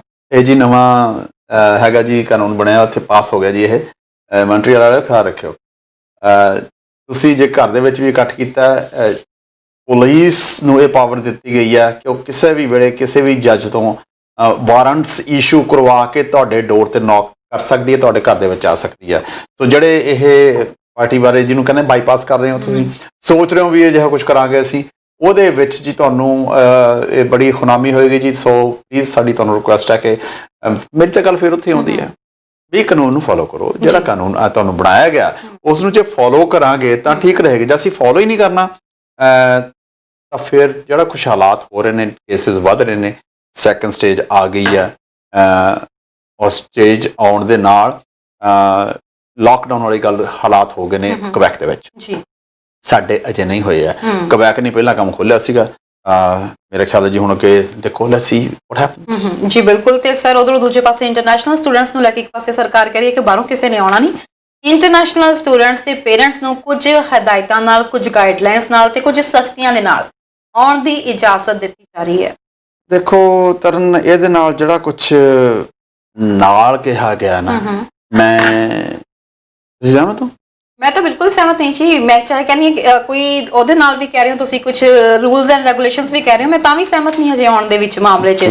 ਬੱਚਿਆਂ ਦੇ ਆਪਦੇ ਹਜੇ ਇੱਥੇ ਕੰਮਕਾਰ ਨਹੀਂ, ਪੇਰੈਂਟਸ ਇੱਥੇ ਕਿਹਦੇ ਬੇਸ ਦੇ ਉੱਤੇ ਆਉਣਗੇ, ਕਿਹਦੇ ਸਿਰ ਤੇ ਆਉਣਗੇ? ਹੁਣ ਗੱਲ ਇਹ ਹੋ ਜਾਂਦੀ ਤਰਨ ਕਿ ਜਿਹੜੇ ਬੱਚਿਆਂ ਨੇ ਆਉਣਾ ਹੁੰਦਾ ਆਪਣੇ ਖਾਸ ਕਰਕੇ ਇੰਡੀਆ ਤੋਂ ਸਟੂਡੈਂਟਸ ਆਉਂਦੇ, ਬਾਕੀ ਥਾਵਾਂ ਤੋਂ ਥੋੜੇ ਜਿਹੇ ਮੈਂ ਵੀ ਮੈਚੋਰ ਆਉਂਦੇ ਹੋਣਗੇ। ਜਿਹੜੇ ਸਾਡੇ ਸਟੂਡੈਂਟਸ ਆ ਰਹੇ ਨੇ ਉਹ ਫਰੈਂਕਲੀ ਬਹੁਤੇ ਮੈਚੋਰ ਨਹੀਂ ਹੈ। ਮੇਰੀ ਗੱਲ ਹੋ ਚੰਗੀ ਨਾ ਲੱਗੇ ਕਿਸੇ ਨੂੰ। ਉਹ ਜਿਹੜੇ ਮੈਚੋਰ ਹਨਗੇ ਉਹ ਆ ਕੇ ਇੱਥੇ ਆਪਾਂ ਦੇਖਿਆ ਕੀ ਕੁਛ ਹੋ ਰਿਹਾ, ਉਹਦੇ ਵਿੱਚ ਉਹ ਜ਼ਰੂਰ ਜੇ ਪੇਰੈਂਟ ਕਿਤੇ ਨਾਲ ਆ ਜਾਵੇ ਤਾਂ ਉਹਨਾਂ ਨੂੰ ਇਹ ਹੈਲਪ ਹੋ ਜਾਂਦੀ ਹੈ ਕਿ ਬੱਚਾ ਨਾਲੇ ਪੜ੍ਹ ਰਿਹਾ ਤੇ ਪੇਰੈਂਟ ਆ ਗਿਆ ਤੇ ਇੱਥੇ ਉਹਨੂੰ ਖਵਾ ਪਿਆ ਰਿਹਾ, ਉਹਦਾ ਖਿਆਲ ਰੱਖ ਰਿਹਾ। ਬਾਹਰ ਉਹ ਜੇ ਹੁੰਦਰੋਂ ਕੁਝ ਕਰਦਾ ਤਾਂ ਨਿਗਾਹ ਰਹਿੰਦੀ ਹੈ ਬੱਚੇ ਦੇ ਉੱਤੇ। ਇਹ 'ਚ ਵਾਟਸ ਰੌਂਗ ਵਿਦ ਦੈਟ? ਬੱਚਿਆਂ ਦਾ ਇੰਨਾ ਹੀ ਫਿਕਰ ਹੈ, ਫਿਰ ਇੰਨੀ ਛੋਟੀ ਉਮਰ 'ਚ ਭੇਜ ਦੇ ਕਿਉਂ ਪਏ ਨੇ ਬਾਹਰ? ਪਰ ਗੱਲ ਹੁਣ ਇਹ ਬੱਚਿਆਂ ਦੇ ਫਿਊਚਰ ਵੀ ਅਸੀਂ ਦੇਖਣਾ, ਜੇ ਬੱਚੇ ਦਾ ਫਿਊਚਰ ਅਸੀਂ ਵਧੀਆ ਬਣਾਉਣਾ ਚਾਹੁੰਦੇ ਹਾਂ। ਤੁਸੀਂ ਫੇਵਰ ਕਰ ਰਹੇ ਹੋ ਅੱਜ ਪਹਿਲੀ ਵਾਰ ਸਰ ਫੇਵਰ ਕਰ ਰਹੇ ਨੇ। ਦੇਖੋ ਹੁਣ ਜਿਹੜੇ ਬੱਚਿਆਂ ਦਾ ਫਿਊਚਰ ਵੀ ਹੈਗਾ ਜੀ, ਦੇਖੋ ਸਾਨੂੰ ਹੁਣ ਇਸ ਮਾਮਲੇ 'ਚ ਮੈਂ ਤਰਨਾ ਜ਼ਰੂਰੀ ਨਹੀਂ ਸਹਿਮਤ ਹੋਵਾਂ ਜੀ। ਕਿਉਂ ਹੋਵਾਂ ਮੈਂ ਸਹਿਮਤ ਇਹਦੇ ਨਾਲ? ਇਹਦੀ ਆਪਦੀ ਮਰਜ਼ੀ ਹੈ ਜੀ, ਮੇਰੀ ਆਪਦੀ ਮਰਜ਼ੀ ਹੈ। ਤੋ ਇਸ ਕਰਕੇ ਜੇ ਬੱਚੇ ਇੱਥੇ ਉਹਨਾਂ ਦੀ ਕੋਈ ਹੈਲਪ ਹੋ ਜਾਂਦੀ, ਪਕਾਇਆ ਵਿਚਾਰੇ ਹੁਣ ਬਾਹਰੋਂ ਖਾਂਦੇ ਨੇ, ਜਿਹੜਾ ਬਾਹਰੋਂ ਖਾਣਾ ਉਹਦਾ ਜਿਹੜਾ ਫੂਡ ਆ ਉਹ ਵੀ ਇੰਨਾ ਵਧੀਆ ਨਹੀਂ ਹੈਗਾ। ਸੋ ਜੇ ਪੇਰੈਂਟ ਨਾਲ ਆ ਜਾਂਦਾ ਬੱਚੇ ਦੀ ਹੈਲਪ ਕਰਨ ਦਾ, ਪਹਿਲੇ 1-2 ਸਾਲ ਦੇ ਵਿੱਚ ਉਹਦੀ ਇੱਕ ਵਾਰੀ ਜਿਹਨੂੰ ਕਹਿੰਦੇ ਗੱਡੀ ਰੋੜ ਪੈਂਦੀ ਹੈ, ਜੇ ਉਹ ਰੋੜ ਪੈਂਦੀ ਆ ਤਾਂ ਬੱਚੇ ਨੂੰ ਇੱਥੋਂ ਦੀ ਸੁਸਾਇਟੀ ਦੇ ਵਿੱਚ ਮਰਜ ਕਰਨਾ ਵੀ ਸੌਖਾ, ਇੱਥੋਂ ਦੀ ਕੋਈ ਜੌਬ ਵੀ ਮਿਲ ਸਕਦੀ ਉਹਨੂੰ, ਉਹ ਸੌਖਾ ਹੋ ਜਾਏਗਾ। ਮੇਰਾ ਖਿਆਲ ਹੈ ਇਹ 'ਚ ਕੋਈ ਨਥਿੰਗ ਰੌਂਗ ਵਿਦ ਦੈਟ ਜੇ ਉਹਦੇ ਪੇਰੈਂਟਸ ਇੱਥੋਂ ਆ ਸਕਦੇ। ਮੈਂ ਇਸ ਗੱਲ ਤੋਂ ਅਗਰੀ ਕਰਦੀ ਹਾਂ ਤੁਹਾਡੀਆਂ ਗੱਲਾਂ ਤੋਂ, ਪਰ ਇੱਕ ਗੱਲ ਹੋਰ ਹੈ ਨਾ ਕਿ ਸਥਿਤੀ ਦੇਖ ਕੇ ਆਉਣ, ਕਿਉਂਕਿ ਜਿਸ ਵੇਲੇ ਹੁਣ ਸਰਕਾਰ ਨੇ ਇਜਾਜ਼ਤ ਦਿੱਤੀ ਹੈ, ਅਜਿਹੇ ਵਿੱਚ ਹਰ ਘਰ ਵਿੱਚ ਸਰਕਾਰ ਇੱਕ ਪਾਸੇ ਕਹਿ ਰਹੀ ਹੈ ਕਿ ਲਿਮਿਟ ਹੋਣੀ ਚਾਹੀਦੀ ਆ। ਜਿਹੜੇ ਸਟੂਡੈਂਟਸ ਨੇ ਉਹਨਾਂ ਕੋਲ ਕਿਹੜਾ ਹਜੇ ਘਰ ਨੇ, ਆਪ ਤਾਂ ਉਹ ਖੁਦ ਬੇਸਮੈਂਟਸ ਵਿੱਚ ਰਹਿ ਰਹੇ ਨੇ, ਇੱਕ ਰੂਮ ਦੇ ਵਿੱਚ 2-2 ਮਿਨੀਮਮ ਜੇ ਆਪਾਂ ਗੱਲ ਕਰਕੇ ਚੱਲੀਏ ਸਟੂਡੈਂਟਸ ਰਹਿ ਰਹੇ ਨੇ। ਇੱਕ ਬੱਚਾ ਆਪਣੇ ਪੇਰੈਂਟਸ ਨੂੰ ਕਿੱਥੇ ਰੱਖੂਗਾ? ਜਾਂ ਤਾਂ ਪੇਰੈਂਟਸ ਆ ਕੇ ਆਪਣਾ ਖਰਚਾ ਖੁਦ ਚੱਲਣਗੇ, ਠੀਕ ਹੈ, ਇੱਥੋਂ ਦੀ ਇਕਨੋਮੀ 'ਚ ਵਾਧਾ ਕਰਨਗੇ, ਪਰ ਨਾਲ ਦੀ ਨਾਲ ਰਸ਼ ਵੀ ਤਾਂ ਵਧੂਗਾ ਨਾ। ਐਜ਼ ਲੌਂਗ ਐਜ਼ ਜੇ ਉਹ ਪੇਰੈਂਟਸ ਜਿੰਨਾ ਕੁ ਉਹ ਕਾਨੂੰਨੀ ਤੌਰ ਤੇ ਅਲਾਉਡ ਹੈਗਾ ਕੰਮ ਦਾ ਜੋ ਕਰ ਸਕਦੇ ਆ ਦੇ ਸ਼ੁੱਡ ਬੀ ਅਲਾਉਡ। ਹਾਂ, ਮੈਂ ਇਸ ਗੱਲ ਦੇ ਨਾਲ ਸਹਿਮਤ ਨਹੀਂ ਹਾਂ ਕਿ ਉਹ ਆ ਕੇ ਜਿਹੜਾ ਸਾਰੇ ਨਹੀਂ ਜੀ, ਕਈ ਜਿਹੜੇ ਗਲਤ ਢੰਗਾਂ ਦੇ ਨਾਲ ਇੱਥੇ ਕੰਮ ਦੇ ਵਿੱਚ ਜਿਹਨੂੰ ਆਪਾਂ ਕੈਸ਼ ਦੇ ਵਿੱਚ ਕੰਮ ਕਰਨਾ ਕਹਿੰਦੇ ਆ, ਜੇ ਉਸ ਕੰਮ ਦੇ ਵਿੱਚ ਲੱਗਦੇ ਨੇ ਉਹ ਇੱਕ ਤਾਂ ਇਕਨੋਮੀ ਨੂੰ ਹਰਟ ਕਰਦੇ ਨੇ। ਦੂਸਰੀ ਉਹ ਗੱਲ ਹੈ ਵੀ ਠੀਕ ਨਹੀਂ, ਇੱਥੋਂ ਦੇ ਲੋਕ ਜਿਹੜੇ ਲੋਕਲ ਆ ਉਹਨਾਂ ਵਾਸਤੇ ਕੰਮ ਚਾਹੀਦਾ, ਜਿੰਨੇ ਉਹਨਾਂ ਨੂੰ ਘੰਟੇ ਅਲਾਉਡ ਆ ਉਹਨਾਂ ਨੂੰ ਕਰ ਦੇਣ, ਉਹ ਕਰ ਸਕਦੇ, ਉਹਦੇ ਵਿੱਚ ਰਹਿ ਸਕਦੇ ਆ, ਤਾਂ ਮੇਰੇ ਖਿਆਲ ਨਥਿੰਗ ਰੌਂਗ ਵਿਦ ਦੈਟ। ਜਿਹੜੀਆਂ ਕੰਡੀਸ਼ਨਸ ਸਰਕਾਰ ਨੇ ਰੱਖੀਆਂ ਨੇ, ਜਿਹੜੇ ਉਹਨਾਂ ਹੀ ਪੇਰੈਂਟਸ ਨੂੰ ਆਉਣ ਦੀ ਇਜਾਜ਼ਤ ਮਿਲੇਗੀ ਜਿਹੜੇ ਇੰਟਰਨੈਸ਼ਨਲ ਸਟੂਡੈਂਟਸ ਜਿਹੜੇ ਸਾਲਾਨਾ 30 ਤੋਂ ਲੈ ਕੇ $40,000 ਦੇ ਵਿੱਚ ਕਮਾ ਰਹੇ ਨੇ ਤੇ ਨਾਲ ਦੀ ਨਾਲ ਆਪਣੇ ਪੇਰੈਂਟਸ ਦੀ 1 ਸਾਲ ਦੀ ਇੰਸ਼ੋਰੈਂਸ ਜਿਹੜੀ ਆ ਨਾਲ ਭਰਨਗੇ। ਸੋ ਉਹ ਵਾਲੇ ਪੇਰੈਂਟਸ ਅਲਾਉ ਹੋਣਗੇ ਤਾਂ ਕਿ ਜਿਹੜੇ ਸਟੂਡੈਂਟਸ ਨੇ ਆਪਣੇ ਪੇਰੈਂਟਸ ਦਾ ਖਰਚਾ ਚੱਲ ਸਕਣ। ਪਿੱਛੋਂ ਪੇਰੈਂਟਸ ਵੀ ਇਹ ਪੂਰੇ ਸਬੂਤ ਲੈ ਕੇ ਆਉਣ ਕਿ ਆਪਣੇ ਉਹ ਇਕਨੋਮੀ ਦੇ ਉੱਤੇ, ਇੱਥੇ ਕੈਨੇਡਾ ਸਰਕਾਰ ਦੇ ਉੱਤੇ ਜਾਂ ਆਪਣੇ ਬੱਚਿਆਂ ਉੱਤੇ ਬੋਝ ਨਹੀਂ ਪੜਨਗੇ। ਤੇ ਜੇਕਰ ਉਹਨਾਂ ਨੂੰ ਕੋਈ ਮੈਡੀਕਲੀ ਕੋਈ ਵੀ ਕੱਲ ਨੂੰ ਕਿਸੇ ਵੀ ਤਰੀਕੇ ਦੀ ਸਹੂਲਤ ਚਾਹੀਦੀ ਆ ਤਾਂ ਉਹਨਾਂ ਦੀ ਪਹਿਲਾਂ ਹੀ ਮੈਡੀਕਲ ਜਿਹੜਾ ਇੰਸ਼ੋਰੈਂਸ ਉਹਨਾਂ ਦਾ ਹੋਇਆ ਹੋਵੇ। ਸਰ ਕੁਝ ਗੱਲਾਂ ਠੀਕ ਵੀ ਨੇ ਸਰਕਾਰ ਜਿਹੜੀ ਮੈਡੀਕਲ ਇੰਸ਼ੋਰੈਂਸ ਹੈਗੀ ਹੈ ਜੀ ਉਹ $1.5 ਲੱਖ ਦੀ ਹੋਣੀ ਚਾਹੀਦੀ ਹੈ ਤੇ ਉਹਨਾਂ ਨੂੰ ਅਲਾਉ ਕੀਤਾ ਜਾਵੇ। ਤੇ ਇੱਕ ਦੂਸਰੀ ਗੱਲ ਹੋਰ ਕਿ ਉਹ ਇਸ ਗੱਲ ਨੂੰ ਪ੍ਰੋਮਿਸ ਕਰਨ ਕਿ ਆਉਂਦੇ ਸਾਰੇ ਅਸੀਂ 14 ਦਿਨ ਕੁਆਰੰਟੀਨ ਹੋਵਾਂਗੇ ਜੀ।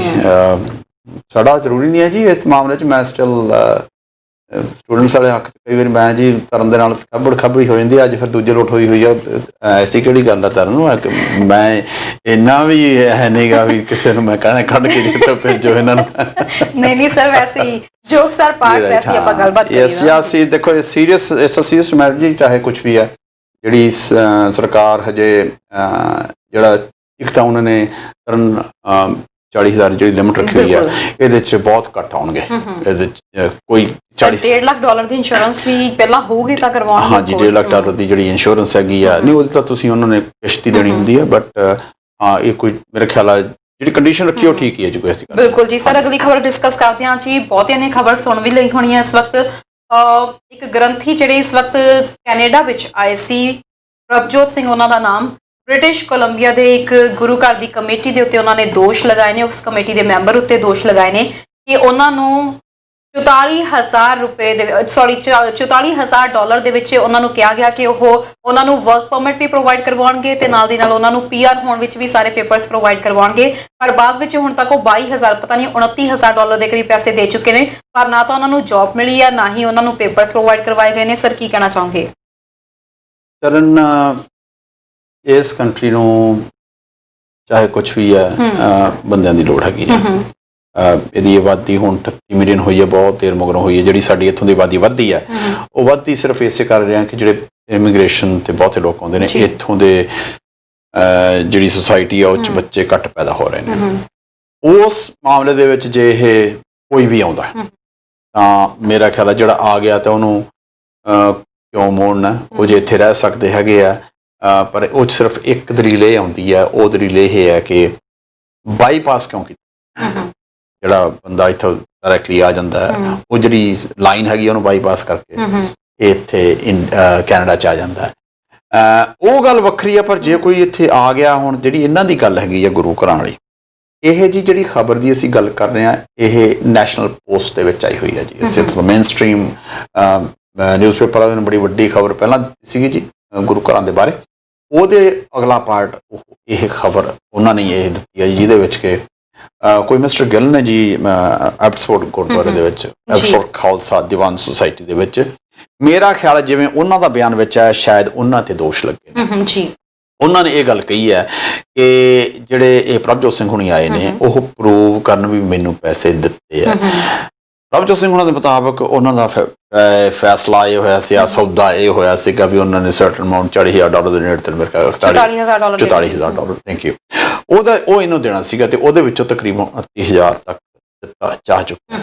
ਤੇ ਵੈਸੇ ਉਹਦਾ ਪ੍ਰਭਜੋਤ ਸਿੰਘ ਦਾ ਗਿੱਲ ਦਾ ਪਰਿਵਾਰ ਵੀ ਇਸ ਵੇਲੇ ਉਹਨਾਂ ਦੀ ਇਹ ਦਲੀਲ ਹੈਗੀ ਹੈ ਕਿ ਮੈਂ ਇਸ ਵੇਲੇ ਮੈਂ ਰੋਟੀ ਤੋਂ ਵੀ ਆਤੁਰ ਹਾਂ, ਐਸੀ ਗੱਲ ਹੋਈ ਹੈ। ਪਰ ਜਿਹੜੇ ਜਤਿੰਦਰ ਸਿੰਘ ਗਿੱਲ ਸਾਹਿਬ ਨੇ ਉਹ ਕਹਿੰਦੇ ਬਿਲਕੁਲ ਇਹ ਦੋਸ਼ਾਂ ਨੂੰ ਉਹਨਾਂ ਨੇ ਨਕਾਰਿਆ। ਸਰ ਉਹਨਾਂ ਨੇ ਨਕਾਰਿਆ। ਇੱਥੇ ਮੈਂ ਥੋੜਾ ਜਿਹਾ ਹੋਰ ਹਾਈਲਾਈਟ ਕਰਨਾ ਚਾਹੂੰਗੀ। ਮਿਸਟਰ ਪ੍ਰਭਜੋਤ ਸਿੰਘ ਜਿਹੜੇ ਆ ਉਹ ਕਹਿ ਰਹੇ ਨੇ ਕਿ ਜਿਸ ਵੇਲੇ ਇਹ ਡੀਲ ਹੋਈ ਹੈ ਉਹਨਾਂ ਦੇ ਲਾਇਰ ਉਸ ਵਕਤ ਨਾਲ ਮੌਜੂਦ ਸੀ, ਜਦਕਿ ਜਿਹੜੇ ਮਿਸਟਰ ਗਿੱਲ ਨੇ ਉਹ ਕਹਿ ਰਹੇ ਨੇ ਕਿ ਉਹ ਤਾਂ ਉਹਦੇ ਵਕੀਲ ਨੂੰ ਜਾਣਦੇ ਵੀ ਨਹੀਂ ਹੈਗੇ। ਇਸ ਵਕਤ ਪ੍ਰਭਜੋਤ ਕੋਲੇ ਇੱਥੇ ਕੰਮ ਕਰਨ ਦਾ ਪੂਰਾ ਅਧਿਕਾਰ ਹੈ, ਉਹਨਾਂ ਨੂੰ ਵਰਕ ਪਰਮਿਟ ਮਿਲ ਚੁੱਕਿਆ, ਪੇਪਰਸ ਉਹਨਾਂ ਕੋਲ ਹੈਗੇ ਆ।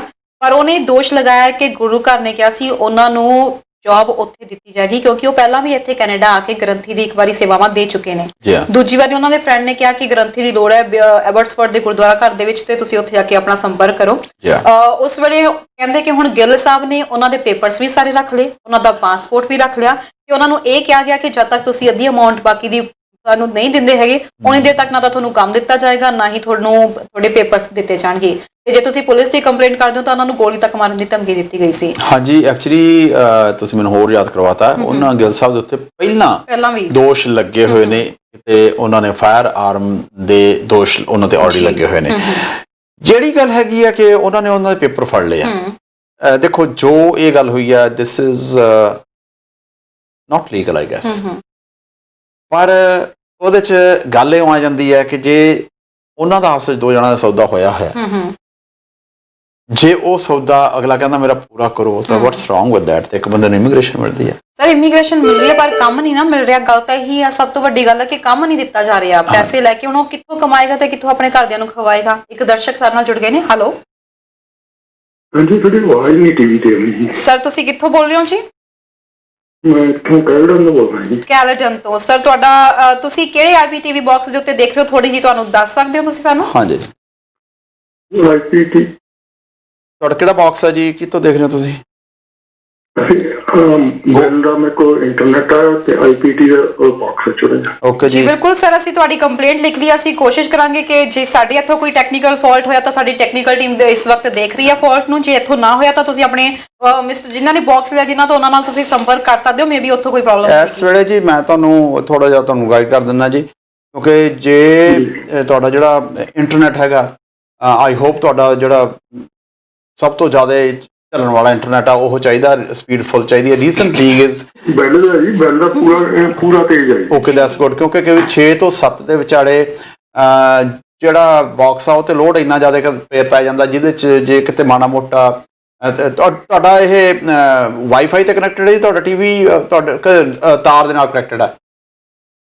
ਵਾਈਫਾਈ ਨਾਲ। ਹਾਂ, ਵਾਈਫਾਈ ਨਾਲ ਕਨੈਕਟਡ ਹੈ। ਜਿਹੜਾ ਤਾਂ ਵਾਈਫਾਈ ਵਾਲਾ ਬਾਕਸ ਹੈ, ਆਮ ਨਾਟ ਦੈਟ ਟੈਕਨੀਸ਼ੀਅਨ, ਪਰ ਜਿਹੜਾ ਤੁਹਾਡਾ ਵਾਈਫਾਈ ਵਾਲਾ ਬਾਕਸ ਹੈ ਉਹ ਜੇ ਟੀਵੀ ਤੋਂ ਬਹੁਤਾ ਦੂਰ ਆ ਤਾਂ ਉਹਨੂੰ ਥੋੜਾ ਨੇੜੇ ਕਰਨ ਦੀ ਕੋਸ਼ਿਸ਼ ਕਰੋ ਜੀ, ਤੇ ਉਹਦੇ ਨਾਲ ਜਮਾ ਕੋਲ ਪੈ ਥੱਲੇ ਹੀ ਪੈ ਜੀ। ਬਿਲਕੁਲ ਸਰ, ਤੁਸੀਂ ਅਸੀਂ ਤੁਹਾਡੀ ਕੰਪਲੇਂਟ ਨੋਟ ਕਰ ਲਈ ਹੈ, ਤੁਹਾਡਾ ਨੰਬਰ ਵੀ ਨੋਟ ਕਰ ਲਿਆ ਤੇ ਕੋਸ਼ਿਸ਼ ਕਰਦੇ ਹਾਂ ਜਿੰਨਾ ਦਾ ਸੈਟ ਆਫ ਬਾਕਸ ਆ ਉਹਨਾਂ ਨਾਲ ਗੱਲਬਾਤ ਕਰਕੇ। ਇੱਕ ਪਿਕਚਰ ਵਧੀਆ ਆਉਂਦੀ ਹੈ ਪਰ ਆਵਾਜ਼ ਨਹੀਂ ਆ। ਜੀ ਸ਼ੁਕਰੀਆ ਜੀ, ਤੁਸੀਂ ਕੰਪਲੇਂਟ ਨੋਟ ਕਰਵਾਈ ਹੈ, ਧੰਨਵਾਦ ਤੁਸੀਂ, thank you so much sir.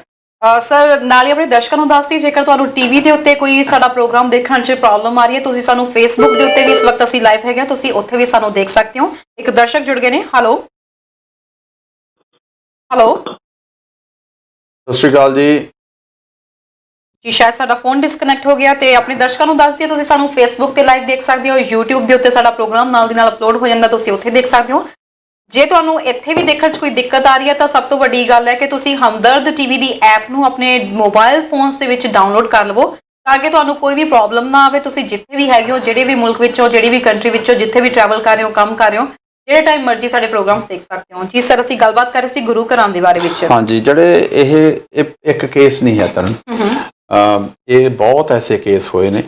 ਇਸ ਮਾਮਲੇ ਦੇ ਵਿੱਚ ਮੇਰੇ ਖਿਆਲ ਜੇ ਸ਼ਾਇਦ ਆਪਣੇ ਦਰਸ਼ਕਾਂ ਨੂੰ ਵੀ ਪਤਾ ਹੋਵੇਗਾ, ਡਿਸਕਸ ਕਰਨਾ ਚਾਹੁੰਦੇ ਸਾਡੇ ਨਾਲ, ਯੂ ਆਰ ਵੈਲਕਮ। ਸਰ ਦਰਸ਼ਕਾਂ ਨੂੰ ਜ਼ਰੂਰ ਪੁੱਛਣਾ ਚਾਹਾਂਗੇ ਕਿ ਧਾਰਮਿਕ ਸਥਾਨਾਂ ਦੇ ਵੱਲੋਂ ਜਿਵੇਂ ਏਦਾਂ ਰਿਲੀਜੀਅਸ ਵਰਕਰਸ ਬੁਲਾਏ ਜਾਂਦੇ ਆ, ਕਿੰਨਾ ਕੁ ਤੁਹਾਨੂੰ ਲੱਗਦਾ ਕਿ ਸਹੀ ਹੈ? ਇੱਕ ਪਾਸੇ ਅਸੀਂ ਕਹਿੰਦੇ ਕਿ ਇਹ ਚੀਜ਼ਾਂ ਨਹੀਂ ਹੋਣੀਆਂ ਚਾਹੀਦੀਆਂ, ਫਿਰ ਸਰ ਇੱਥੋਂ ਹੀ ਗ੍ਰੰਥੀ ਕਿਉਂ ਨਹੀਂ ਮਤਲਬ ਕੋਈ ਹਾਇਰ ਕਰਦੇ? ਇੱਥੇ ਵੀ ਬੱਚੇ ਪੜ੍ਹੇ ਲਿਖੇ ਨੇ, ਸਿੱਖੀ ਨਾਲ ਪੂਰਾ ਵਾਹ ਵਾਸਤਾ ਹੈਗਾ, ਫਿਰ ਇੱਥੇ ਕਿਉਂ ਨਹੀਂ ਗ੍ਰੰਥੀ ਹਾਇਰ ਕਰਦੇ ਜਾਂ ਇੱਥੋਂ ਦੇ ਰਾਗੀ ਜਿੱਥੇ ਕਿਉਂ ਨਹੀਂ ਹਾਇਰ ਕਰਦੇ? ਤੁਹਾਡੀ ਗੱਲ ਬੜੀ ਜਾਇਜ਼ ਹੈ ਤਰਨ। ਪ੍ਰੋਬਲਮ ਇਹ ਹੈ ਕਿ ਇੱਥੇ ਮੇਰਾ ਖਿਆਲ ਇਨਫ ਹੈ ਨਹੀਂ ਗੇ। ਰੀਜ਼ਨ ਬੀਇੰਗ ਇਜ਼ ਜਿਹੜੇ ਇੱਥੇ ਗੁਰੂ ਘਰਾਂ ਦੇ ਵਿੱਚ ਆਪਣੇ ਕਈ ਇੰਡੀਆ ਤੋਂ ਬਜ਼ੁਰਗ ਆਏ ਹੋਏ ਨੇ, ਉਹ ਅਜਿਹੀਆਂ ਸੇਵਾਵਾਂ ਦਿੰਦੇ ਨੇ, ਆਉਂਦੇ ਜਾਂਦੇ ਨੇ। ਪਰ ਤੁਸੀਂ ਹੁਣ ਨੋਟ ਕੀਤਾ ਉਹ ਆਮ ਥਾਵਾਂ ਦੇ ਉੱਤੇ ਜਿੱਥੇ ਵੀ ਮੈਨੂੰ ਲੱਗਦਾ ਘਾਟ ਹੈ, ਹੋ ਸਕਦਾ ਉਹਨਾਂ ਦਾ ਪੈਕੇਜ ਇਸ ਹਿਸਾਬ 'ਚ ਬਣਾਇਆ ਹੋਇਆ ਹੈ। ਬਹੁਤੇ ਅੱਗੇ 5 ਪਾਠ ਹੀ ਅਖੰਡ ਪਾਠ ਕਰਦੇ ਹੁੰਦੇ ਸੀਗੇ। ਜੀ ਇੱਕ ਦਰਸ਼ਕ ਸਾਡੇ ਨਾਲ ਜੁੜ ਗਏ ਨੇ। ਹੈਲੋ ਹੈਲੋ ਹੈਲੋ ਸਤਿ ਸ਼੍ਰੀ ਅਕਾਲ ਜੀ, ਕਿੱਥੋਂ ਬੋਲ ਰਹੇ ਹੋ? ਹੈਲੋ ਸਰ, ਪਲੀਜ਼ ਆਪਣੇ ਟੀਵੀ ਸਕਰੀਨ ਦੀ ਆਵਾਜ਼ ਨੂੰ ਘੱਟ ਕਰਕੇ ਸਾਡੇ ਨਾਲ ਗੱਲ ਕਰੋ। ਕਿੱਥੋਂ ਬੋਲ ਰਹੇ ਹੋ ਜੀ? ਹੈਲੋ ਜੀ, ਸ਼ਾਇਦ ਸਾਡਾ ਫੋਨ ਡਿਸਕਨੈਕਟ ਹੋ ਗਿਆ। ਇੱਕ ਦਰਸ਼ਕ ਸਾਡੇ ਨਾਲ ਹੋਰ ਜੁੜ ਚੁੱਕੇ ਨੇ। ਹੈਲੋ ਹੈਲੋ ਸਤਿ ਸ਼੍ਰੀ ਅਕਾਲ ਜੀ, ਕਿੱਥੋਂ ਬੋਲ ਰਹੇ ਹੋ ਜੀ? ਘੁੰਮਣ ਸਾਹਿਬ ਮੈਂ ਬ੍ਰੈਂਪਟਨ ਦੇ ਬੋਲਦਾ, ਮੈਂ ਤਾਂ ਗੁਲਸ਼ਨ ਬੋਲ ਰਿਹਾ ਨਾ ਕੋਲੀ ਜੀ ਅਨਾਜ ਸਾਹਿਬ ਨੂੰ ਪਤਾ ਮੇਰਾ। ਜੀ ਸਤਿ ਸ਼੍ਰੀ ਸਰ। ਅਕਾਲ ਜੀ।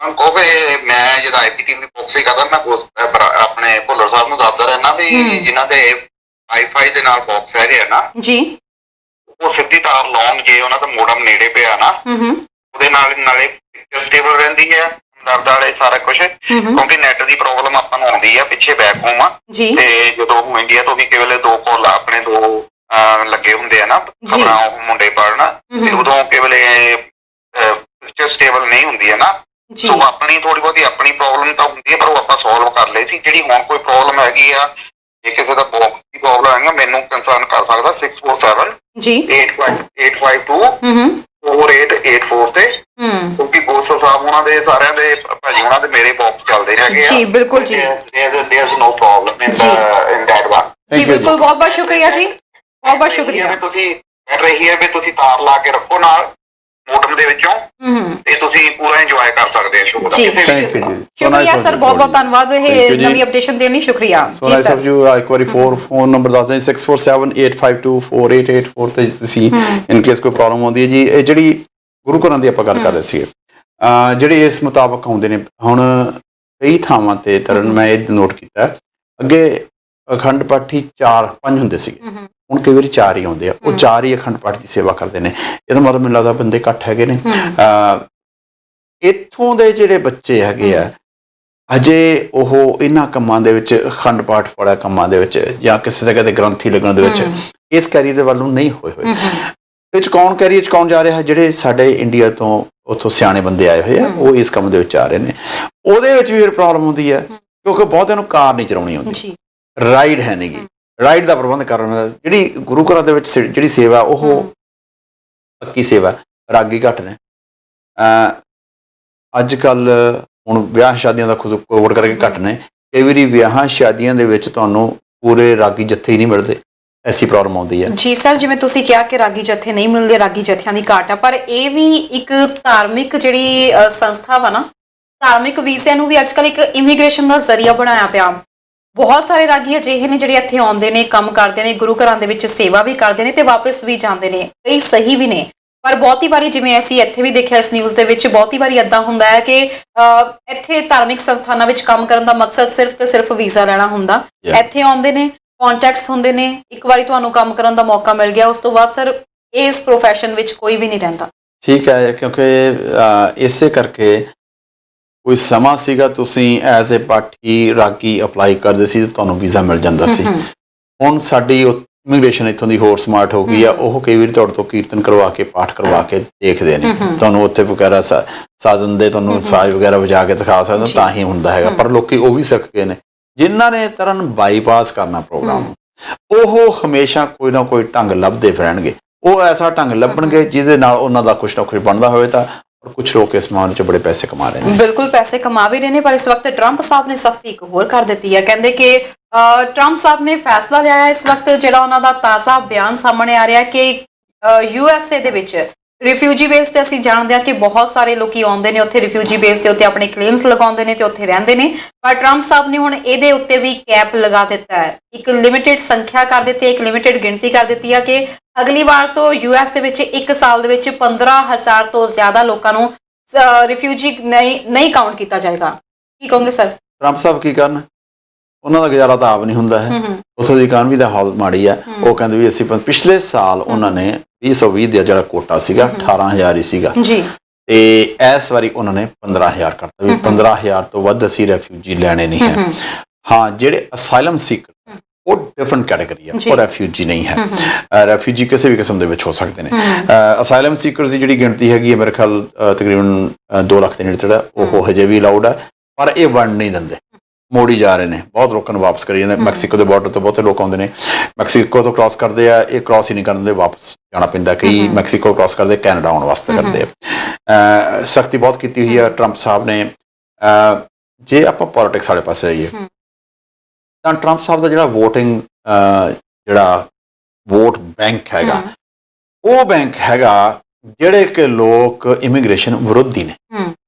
ਸੋ ਇਹਨਾਂ ਨੇ ਉਹਨਾਂ ਨੂੰ ਖੁਸ਼ ਕਰਨ ਵਾਸਤੇ, ਉਹ ਵੋਟ ਨੂੰ ਹੋਰ ਪੱਕਿਆਂ ਕਰਨ ਵਾਸਤੇ ਇਹ ਜਿਹੜੀ ਲਿਮਿਟ ਕਰਤੀ ਹੈ 15,000 ਦੀ, 3,000 ਘਟਾ ਕੇ, ਪਹਿਲਾਂ ਤਾਂ 18,000 ਬੜੀ ਘੱਟ ਹੈ ਜੇ ਸੋਚਿਆ ਜਾਵੇ, ਹੁਣ 15,000 ਕਰਤੀ ਹੈ। ਜਿਹੜੀ ਉਹੀ ਜੋ ਬਾਈਡਨ ਸਾਹਿਬ ਹੈ ਉਹਨਾਂ ਨੇ 2 ਲੱਖ ਤੋਂ ਉੱਪਰ ਕਰਨ ਦਾ ਵਾਅਦਾ ਕੀਤਾ ਵੀ ਅਸੀਂ ਇੰਨੇ ਰੈਫਿਊਜੀਜ਼ ਐਕਸੈਪਟ ਕਰਿਆ ਕਰਾਂਗੇ। ਟਰੰਪ ਸਾਹਿਬ ਕਹਿੰਦੇ ਵੀ ਜਦ ਮੇਰਾ ਆਪਦਾ ਹੀ ਨਹੀਂ ਸਰਦਾ, ਮੇਰੇ ਕੰਟਰੀ ਦਾ ਸਰਦਾ ਨਹੀਂ ਹੈ, ਔਰ ਜਦੋਂ ਰੈਫਿਊਜੀ ਆਉਂਦਾ ਆਮ ਨਾਟ ਅਗੇਂਸਟ ਰੈਫਿਊਜੀਜ਼, ਬਾਅਦ ਮੈਂ ਉਹਦੇ ਬਾਰੇ ਵੀ ਗੱਲ ਕਰਾਂਗਾ। ਜਿਹੜਾ ਰੈਫਿਊਜੀ ਆਉਂਦਾ ਉਹ ਕੰਟਰੀ ਨੂੰ ਕਾਸਟ ਬੜਾ ਕਰਦਾ। ਤੁਸੀਂ ਇੱਕ ਨਵਾਂ ਬੰਦਾ ਆ ਰਿਹਾ, ਉਹਨੂੰ ਆਪਦੇ ਸਿਸਟਮ 'ਚ ਲੈ ਕੇ ਆਉਣਾ, ਉਹਨੂੰ ਸੈਟਲ ਕਰਨਾ, ਉਹ ਟੈਕਸ ਪੇਅਰ ਬਹੁਤ ਦੇਰ ਮਗਰੋਂ ਜਾ ਕੇ ਬਣਦਾ, ਉਦੋਂ ਪਹਿਲਾਂ ਉਹਨੂੰ ਸੈਟਲ ਕਰਨ ਦੇ ਵਿੱਚ ਉਹ ਸਰਕਾਰ ਦਾ ਉਹਨੂੰ ਹੈਂਡਲ ਕਰਨ ਦਾ ਖਰਚਾ ਬਹੁਤ ਜ਼ਿਆਦਾ ਆਉਂਦਾ, ਜਿਹੜਾ ਕਿ ਟਰੰਪ ਸਾਹਿਬ ਕਹਿੰਦੇ ਅਸੀਂ ਕਰਨ ਨੂੰ ਤਿਆਰ ਨਹੀਂ ਹਾਂ, ਅਸੀਂ ਕਰਨਾ ਨਹੀਂ ਆ। ਉਹਦੇ ਕਰਕੇ ਉਹਨਾਂ ਨੇ ਇਹ ਕੰਮ ਬੰਦ ਕਰ ਦਿੱਤਾ ਅਕੋਰਡਿੰਗ ਟੂ ਮਿਸਟਰ ਟਰੰਪ, ਔਰ ਉਹ ਆਪਦੇ ਕੰਮ ਦੇ ਵਿੱਚ ਗੱਲ ਦੇ ਵਿੱਚ ਉਹ ਸਹੀ ਹੈ, ਕਿਉਂਕਿ ਜਿਹੜੀ ਵੋਟ ਬੈਂਕ ਨੂੰ ਕੇਟਰ ਕਰ ਰਹੇ ਨੇ ਉਹਦੇ ਵਾਸਤੇ ਉਹਨਾਂ ਨੂੰ ਉਹਨਾਂ ਦਾ ਬਸ ਚੱਲੇ ਤਾਂ ਰੈਫਿਊਜੀ ਸਾਰੇ ਬਿਲਕੁਲ ਬੰਦ ਕਰ ਦੇਣ। ਇਹ ਜਿਹੜਾ ਮਾੜਾ ਮੋਟਾ ਖੁੱਲ੍ਹਾ ਰੱਖਿਆ, ਕਿਉਂਕਿ ਦੁਨੀਆ ਦੇ ਵਿੱਚ ਨਹੀਂ ਅਮਰੀਕਾ ਦਾ ਹਾਲ ਜਿਹੜਾ ਹੁਣ ਤੱਕ ਇਹਨਾਂ ਨੇ ਰੈਪੂਟੇਸ਼ਨ ਚੰਗਾ ਬਣਾਇਆ ਉਹ ਉਦੋਂ ਵੀ ਗਰਕ ਜਾਣਾ ਸੀਗਾ। ਸੋ 15,000 ਦੀ ਇਹਨਾਂ ਨੇ ਲਿਮਿਟ ਰੱਖੀ ਹੈ, ਜਿਹੜੀ ਕਿ ਮੇਰਾ ਪਰਸਨਲ ਵਿਊ ਇਹ ਹੈ ਵਿਚ ਇਜ਼ ਨਾਟ ਰਾਈਟ, ਇਹ ਹੋਣਾ ਨਹੀਂ ਚਾਹੀਦਾ। ਤੁਸੀਂ ਰੈਫਿਊਜੀ ਜਿਹੜਾ ਹੁੰਦਾ ਹੈ ਉਹ ਆਪਣੇ ਦੇਸ਼ 'ਚੋਂ ਕਿਸੇ ਨਾ ਕਿਸੇ ਗੱਲ ਦਾ ਸੰਤਾਪ ਹੈ ਉਹਨੂੰ, ਉੱਥੇ ਉਹਦਾ ਗੁਜ਼ਾਰਾ ਨਹੀਂ ਹੋ ਰਿਹਾ, ਕੁਛ ਨਹੀਂ ਹੋ ਰਿਹਾ, ਤੇ ਅਸੀਂ ਜਿਹੜੇ ਵਿਕਸਿਤ ਦੇਸ਼ ਹਾਂ, ਜਿਹੜੇ ਪ੍ਰਫੁੱਲਤ ਦੇਸ਼ ਹਾਂ, ਉਸ ਜਗ੍ਹਾ ਤੇ ਹਰ ਕੋਈ ਚਾਹੁੰਦਾ ਕਿ ਮੈਂ ਆਪਣਾ ਭਵਿੱਖ ਆ ਕੇ ਬਣਾਵਾਂ, ਤੇ ਬੜੇ ਵੱਡੇ ਵੱਡੇ ਰਿਸਕ ਲੈ ਕੇ ਆਉਂਦੇ ਨੇ। ਤੁਸੀਂ ਹੁਣ ਸੀਰੀਆ ਦੀ ਹਾਲਤ ਦੇਖ ਲਓ, ਇਕੱਲੀ ਸੀਰੀਆ ਦੀ ਨਹੀਂ, ਵੈਸਟ ਬੈਂਕ ਗਾਜ਼ਾ ਦੇ ਵਿੱਚ ਨਿੱਤ ਇਜ਼ਰਾਈਲ ਦੇ ਨਾਲ ਨਿੱਤ ਝਗੜਾ ਹੁੰਦਾ। ਅਫਰੀਕਨ ਕੰਟਰੀਜ਼ ਐਸੇ ਨੇ ਜਿਨ੍ਹਾਂ 'ਚ ਬਹੁਤ ਮੰਦੀ ਹਾਲਤ, ਭੁੱਖਮਰੀ ਹੈ, ਗਰੀਬੀ ਹੈ, ਔਰ ਬੰਦੇ ਉੱਥੋਂ ਨਿਕਲਣਾ ਚਾਹੁੰਦੇ ਵੀ ਘੱਟੋ ਘੱਟ ਅਸੀਂ ਖਾਣ ਨੂੰ ਤਾਂ ਕੁਛ ਮਿਲੇ। ਸਰ ਮੈਂ ਇਹਦੇ ਵਿੱਚ ਜਿਵੇਂ ਤੁਸੀਂ ਕਿਹਾ ਕਿ ਤੁਸੀਂ ਇਸ ਤੇ ਥੋੜਾ ਜਿਹਾ ਅਗੇਂਸਟ ਹੋ ਜੋ ਟਰੰਪ ਸਾਹਿਬ ਨੇ ਕਿਹਾ, ਪਰ ਮੈਂ ਦੂਜੇ ਪਾਸੇ ਇਹ ਗੱਲ ਜ਼ਰੂਰ ਕਹਿਣਾ ਚਾਹੂੰਗੀ ਕਿ ਜਦ ਤੁਹਾਡੇ ਆਪਦੇ ਲੋਕ ਹੀ ਭੁੱਖੇ ਮਰ ਰਹੇ ਨੇ, ਤੁਸੀਂ ਦੂਸਰੇ ਲੋਕਾਂ ਨੂੰ ਬੁਲਾ ਕੇ ਕੀ ਉਹਨੂੰ ਰੋਟੀ ਦੇਵੋਗੇ? ਹੁਣ ਜੇ ਅਸੀਂ ਇੱਕ ਐਗਜ਼ਾਮਪਲ ਦੇ ਤੌਰ ਤੇ ਮੈਂ ਇੱਕ ਕੈਨੇਡਾ ਨੂੰ ਲੈ ਕੇ ਚੱਲਾਂ, ਕੈਨੇਡਾ ਵਿੱਚ ਇੱਕ ਪਰਸਨ ਇੰਨਾ ਕਿ ਇਸ ਵਕਤ ਟੈਕਸ ਦੇ ਰਿਹਾ ਵਾ, ਉਹ ਟੈਕਸ ਇਸ ਗੱਲ ਤੇ ਉਹਨਾਂ ਨੂੰ ਦੁਖਦਾ ਆ ਜਦੋਂ ਇੱਥੇ ਰਿਫਿਊਜੀਜ਼ ਆਉਂਦੇ ਨੇ, ਜਵਾਈਆਂ ਵਾਂਗੂ ਉਹਨਾਂ ਦੀ ਸੇਵਾ ਹੁੰਦੀ ਹੈ ਪਹਿਲਾਂ ਕਿ ਉਹਨਾਂ ਨੂੰ ਰੱਖਿਆ ਜਾਂਦਾ, ਸਾਰੀਆਂ ਫੈਸਿਲਿਟੀਜ਼ ਦਿੱਤੀਆਂ ਜਾਂਦੀਆਂ ਨੇ, ਜਾਂ ਸਰਕਾਰ ਨੂੰ ਕੁਝ ਐਵੇਂ ਦਾ ਕਦਮ ਕਰਨੇ ਚਾਹੀਦੇ ਆ ਕਿ ਪਹਿਲਾਂ ਤੁਹਾਡੇ ਕੋਲ ਇੰਨੀ ਕਿ ਇਨਕਮ ਜਾਂ ਇੰਨੇ ਸੋਰਸਿਸ ਹੋਣੇ ਚਾਹੀਦੇ ਆ ਕਿ ਜਿਸ ਸੰਖਿਆ ਤੱਕ, ਜਿਸ ਲਿਮਿਟ ਤੱਕ ਤੁਸੀਂ ਉਹਨਾਂ ਨੂੰ ਇੱਥੇ ਲਿਆ ਕੇ ਬਰਦਾਸ਼ਤ ਕਰ ਸਕਦੇ ਹੋ ਜਾਂ ਉਹਨਾਂ ਦਾ ਗੁਜ਼ਾਰਾ ਤੁਸੀਂ ਤੁਹਾਡੇ ਲਈ ਸੰਭਵ ਹੈਗਾ ਆ, ਤਾਂ ਉਹਨਾਂ ਨੂੰ ਤੁਸੀਂ ਇਨਵਾਈਟ ਕਰੋ। ਤੁਸੀਂ ਦੂਸਰੇ ਮੁਲਕਾਂ ਤੋਂ ਲੋਕਾਂ ਨੂੰ ਇੱਥੇ ਲਿਆ ਕੇ ਬੁਲਾ ਰਹੇ ਹੋ, ਆਪਣੇ ਲੋਕਾਂ ਦੇ ਉੱਤੇ ਤੁਸੀਂ ਟੈਕਸ ਪਾ ਰਹੇ ਹੋ, ਆਪਣੇ ਲੋਕਾਂ ਦਾ ਤੁਸੀਂ ਜਿਹੜਾ ਪਰ ਕੈਪੀਟਾ ਇਨਕਮ ਦਾ ਥੱਲੇ ਕਰ ਰਹੇ ਹੋ ਨਾ, ਉਹਨਾਂ ਦੀ ਜ਼ਿੰਦਗੀ ਤਰਸਯੋਗ ਬਣਾ ਕੇ ਤੁਸੀਂ ਦੂਜੇ ਤਰਸ ਅਧੀਨ ਦੇਸ਼ਾਂ ਨੂੰ ਤੁਸੀਂ ਕਿਵੇਂ ਡਿਵੈਲਪ ਕਰ ਸਕਦੇ ਹੋ? ਗੱਲ ਇਹ ਹੋ ਜਾਂਦੀ ਤਰਨ ਕਿ ਕੋਈ ਬੰਦਾ ਕਿੰਨਾ ਵੀ ਉਹਦੀ ਆਮਦਨ ਘਟੀ ਹੋਵੇ, ਕੁਛ ਹੋਰ ਹੋਵੇ, ਜੇ ਉਹ ਕਿਸੇ ਸਾਂਝੀ ਥਾਂ ਤੇ ਜਾਂਦਾ ਹੈ, ਕਿਸੇ ਧਾਰਮਿਕ ਥਾਂ ਤੇ ਜਾਂਦਾ, ਉਹ ਆਦੀ ਜੇ ਜਿਹੜੀ 25 27 10 ਹੁੰਦੀ ਉਹ ਮੱਥਾ ਟੇਕ ਕੇ ਹੁੰਦਾ। ਸਾਡਾ ਜਿਹੜਾ ਇਹ ਕੰਟਰੀ ਆ ਉਹ ਇਸ ਗੱਲ ਨੂੰ ਜ਼ਰੂਰ ਸੋਚਦਾ ਵੀ ਸਾਡਾ ਫਰਜ਼ ਬਣ ਜਾਂਦਾ ਹੈ ਵੀ ਅਸੀਂ ਜਿਹੜੇ ਹੋਰ ਥਾਂ ਦੇ ਉੱਤੇ ਲੋਕਾਂ ਨਾਲ ਇੰਨਾ ਕੁਛ ਹੋ ਰਿਹਾ, ਜੇ ਉਹ ਇੱਥੇ ਆ ਕੇ ਚੰਗੀ ਜ਼ਿੰਦਗੀ ਜਿਉਂ ਸਕਣ, ਨਥਿੰਗ ਰੋਂਗ ਵਿਦ ਦੈਟ। ਇੱਥੇ ਰੈਫਿਊਜੀਜ਼ ਦੇ ਤੌਰ ਤੇ ਬਹੁਤ ਲੋਕ ਆਏ ਨੇ ਜਿਨ੍ਹਾਂ ਨੇ ਆ ਕੇ ਇਸ ਅਖੀਰ ਕੰਟਰੀ ਦੀ ਤਰੱਕੀ ਦੇ ਵਿੱਚ ਹਿੱਸਾ ਪਾਇਆ। ਇਸ ਵਾਸਤੇ ਅਸੀਂ ਕਹਿੰਦੇ ਹਾਂ ਜਿਹੜੀ ਤੁਸੀਂ ਗੱਲ ਕੀਤੀ ਜਵਾਈਆਂ ਵਾਂਗੂ ਰੱਖਣ ਵਾਲੀ, ਉਹਦਾ ਇੱਕ ਜਵਾਬ ਇਹ ਜ਼ਰੂਰ ਹੈ ਕਿ ਸਰਕਾਰ ਜਦੋਂ ਨਵਾਂ ਬੰਦਾ ਇੱਥੇ ਆਉਂਦਾ ਹੈ ਉਹਨੂੰ ਹੋਰ ਕੋਈ ਰਹਿਣ ਵਾਸਤੇ ਥਾਂ ਮਿਲਦੀ ਨਹੀਂ ਹੈ। ਅਸੀਂ ਕਹਿੰਦੇ ਕੋਈ ਗੱਲ ਨਾ, ਤੇਰੇ ਨਾਲ ਉੱਥੇ ਬਹੁਤ ਬੁਰੀ ਹੋ ਰਹੀ ਹੈ, ਕੋਈ ਗੱਲ ਨਹੀਂ ਅਸੀਂ ਤੈਨੂੰ ਸਾਂਭਾਂਗੇ, ਸਾਡੇ ਕੋਲ ਹੁਣ ਜਿਹੜੀ ਥਾਂ ਉਹ ਤੈਨੂੰ ਹੋਟਲ 'ਚ ਰੱਖਾਂ। ਸੀਰੀਆ 'ਚ ਜਿਹੜੇ ਸੀ ਲੈ ਕੇ ਆਉਂਦੇ ਹੋਟਲ ਦੇ ਵਿੱਚ, ਉਹ ਕਾਸਟ ਬੜੇ ਕਰਦੇ ਸੀਗੇ ਕਿਉਂਕਿ ਹੋਰ ਕੋਈ ਜਗ੍ਹਾ ਉਹਨਾਂ ਵਾਸਤੇ ਹੈ ਨਹੀਂ ਸੀਗੀ। ਪਰ ਜੇ ਅਸੀਂ ਆਪਦੇ ਆਪ ਨੂੰ ਰੈਫਿਊਜੀ ਦੇ ਤੌਰ ਤੇ, ਇੱਥੇ ਬਹੁਤ ਸਾਡੇ ਰੈਫਿਊਜੀ ਦੇ ਤੌਰ ਤੇ ਆਏ ਨੇ, ਜੇ ਤੁਸੀਂ ਇਸ ਮਾਮਲੇ 'ਚ ਕੋਈ ਆਪਦੇ ਵਿਚਾਰ ਦੇਣੇ ਚਾਹੁੰਦੇ ਪਲੀਜ਼।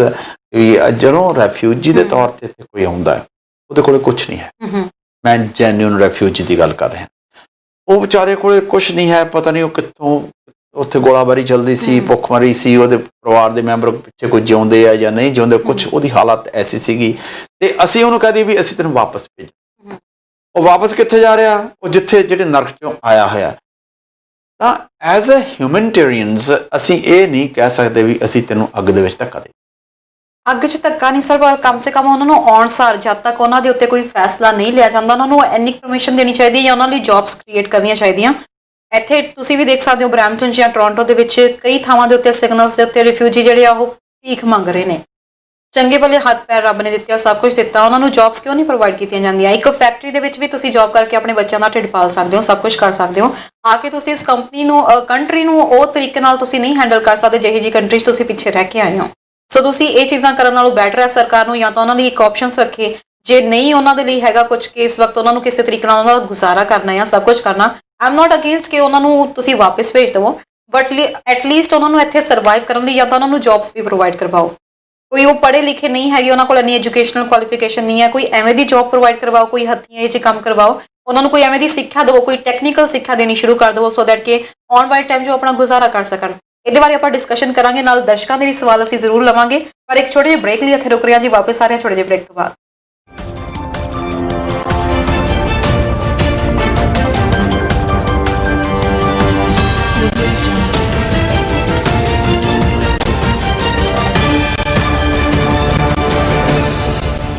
ਟੈਲੀ ਟਾਕ ਅੱਜ ਦੇ ਸੋਸ਼ਲ ਮੀਡੀਆ ਦੇ ਦੌਰ ਵਿੱਚ ਤੁਹਾਡਾ ਟੈਲੈਂਟ ਕਿਉਂ ਰਹੇ ਪਿੱਛੇ?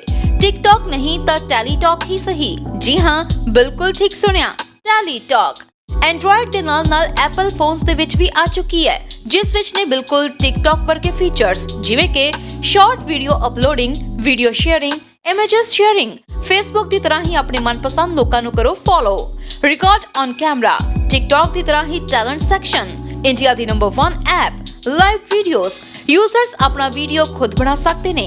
ਸੋ ਅੱਜ ਹੀ ਆਪਣੇ ਐਂਡਰੋਇਡ ਜਾਂ ਫਿਰ ਐਪਲ ਫੋਨਸ ਦੇ ਵਿੱਚ ਡਾਊਨਲੋਡ ਕਰੋ ਟੈਲੀ ਟਾਕ। ਵਧੇਰੇ ਜਾਣਕਾਰੀ ਲਈ ਕਾਲ ਕਰੋ 647 710 8300। ਬਰੈਂਪਟਨ ਕ੍ਰੈਮੇਟੋਰੀਅਮ ਰਾਹੀਂ ਅਸੀਂ ਪਿਛਲੇ 7 ਸਾਲ ਤੋਂ ਕਮਿਊਨਿਟੀ ਨੂੰ ਫਿਊਨਰਲ ਸੇਵਾਵਾਂ ਪ੍ਰਦਾਨ ਕਰਦੇ ਆ ਰਹੇ ਹਾਂ।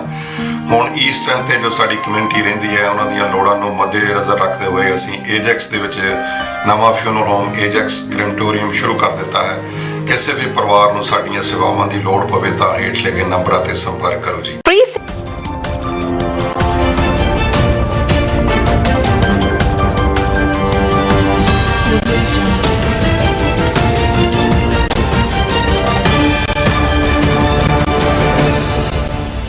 ਬ੍ਰੇਕ ਤੋਂ ਬਾਅਦ ਇੱਕ ਵਾਰ ਫਿਰ ਤੋਂ ਤੁਹਾਡਾ ਸਵਾਗਤ ਹੈ ਪ੍ਰੋਗਰਾਮ ਨਿਊਜ਼ ਐਂਡ ਵਿਊਜ਼ ਦੇ ਵਿੱਚ। ਗੱਲ ਕਰ ਰਹੇ ਹਾਂ ਅਸੀਂ ਰਿਫਿਊਜੀਜ਼ ਦੇ ਬਾਰੇ ਵਿੱਚ। ਤੁਹਾਡਾ ਕੀ ਵਿਚਾਰ ਹੈ? ਰਿਫਿਊਜੀਜ਼ ਨੂੰ ਆਉਣ ਦੇਣਾ ਚਾਹੀਦਾ ਹੈ ਜਾਂ ਇੱਕ ਲਿਮਿਟਿਡ ਕੈਪ ਹੋਣਾ ਚਾਹੀਦਾ, ਮਤਲਬ ਕਿ ਲਿਮਿਟਿਡ ਗਿਣਤੀ ਦੇ ਵਿੱਚ ਹਰ ਮੁਲਕ ਜਿਹੜਾ ਹੈ ਆਪਣੇ ਇਨਵਾਈਟ ਕਰੇ? ਸਰ, ਜੇ ਮੈਂ ਗੱਲ ਉਹੀ ਕਰ ਰਹੀ ਸੀ ਕਿ ਇੱਕ ਲਿਮਿਟ ਹੋ ਜਾਵੇ, USA 50,000 ਉਹ ਅਲਾਉ ਕਰੇ, ਕੈਨੇਡਾ 50,000 ਅਲਾਉ ਕਰੇ, ਐਦਾਂ ਕਰਕੇ ਮੈਨੂੰ ਲੱਗਦਾ ਹੈ ਕਿ ਇਹਨਾਂ ਕੰਟਰੀਜ਼ ਦੇ ਵਿੱਚ ਜਿਹੜੇ ਰਿਫਿਊਜੀਜ਼ ਹੈਗੇ ਇੰਨੀ ਗਿਣਤੀ 'ਚ ਹੋਣੇ ਵੀ ਨਹੀਂ ਹੈਗੇ, ਜਿਹੜੇ ਆਉਣਾ ਚਾਹੁੰਦੇ ਕਮ ਸੇ ਕਮ ਗੁਜ਼ਾਰਾ ਹੋ ਸਕਦਾ ਹੈ। ਫਿਰ ਇਸ ਨਾਲ ਇਹ ਵੀ ਗੱਲ ਹੋ ਸਕਦੀ ਹੈ। ਤਾਂ ਦੂਸਰੀ ਗੱਲ ਇਹ ਹੈ ਕਿ ਜਦੋਂ ਰੈਫਿਊਜੀਜ਼ ਇੱਥੇ ਆਉਂਦੇ ਆ, ਸਰਕਾਰਾਂ ਜਿਹੜਾ ਅਜਿਹੀਆਂ ਥਾਵਾਂ ਪ੍ਰੋਵਾਈਡ ਕੀਤੀਆਂ ਜਿਹੜੀਆਂ ਕਿ ਸਰਕਾਰ ਨੂੰ ਕਾਸਟ ਘੱਟ ਕਰੇ।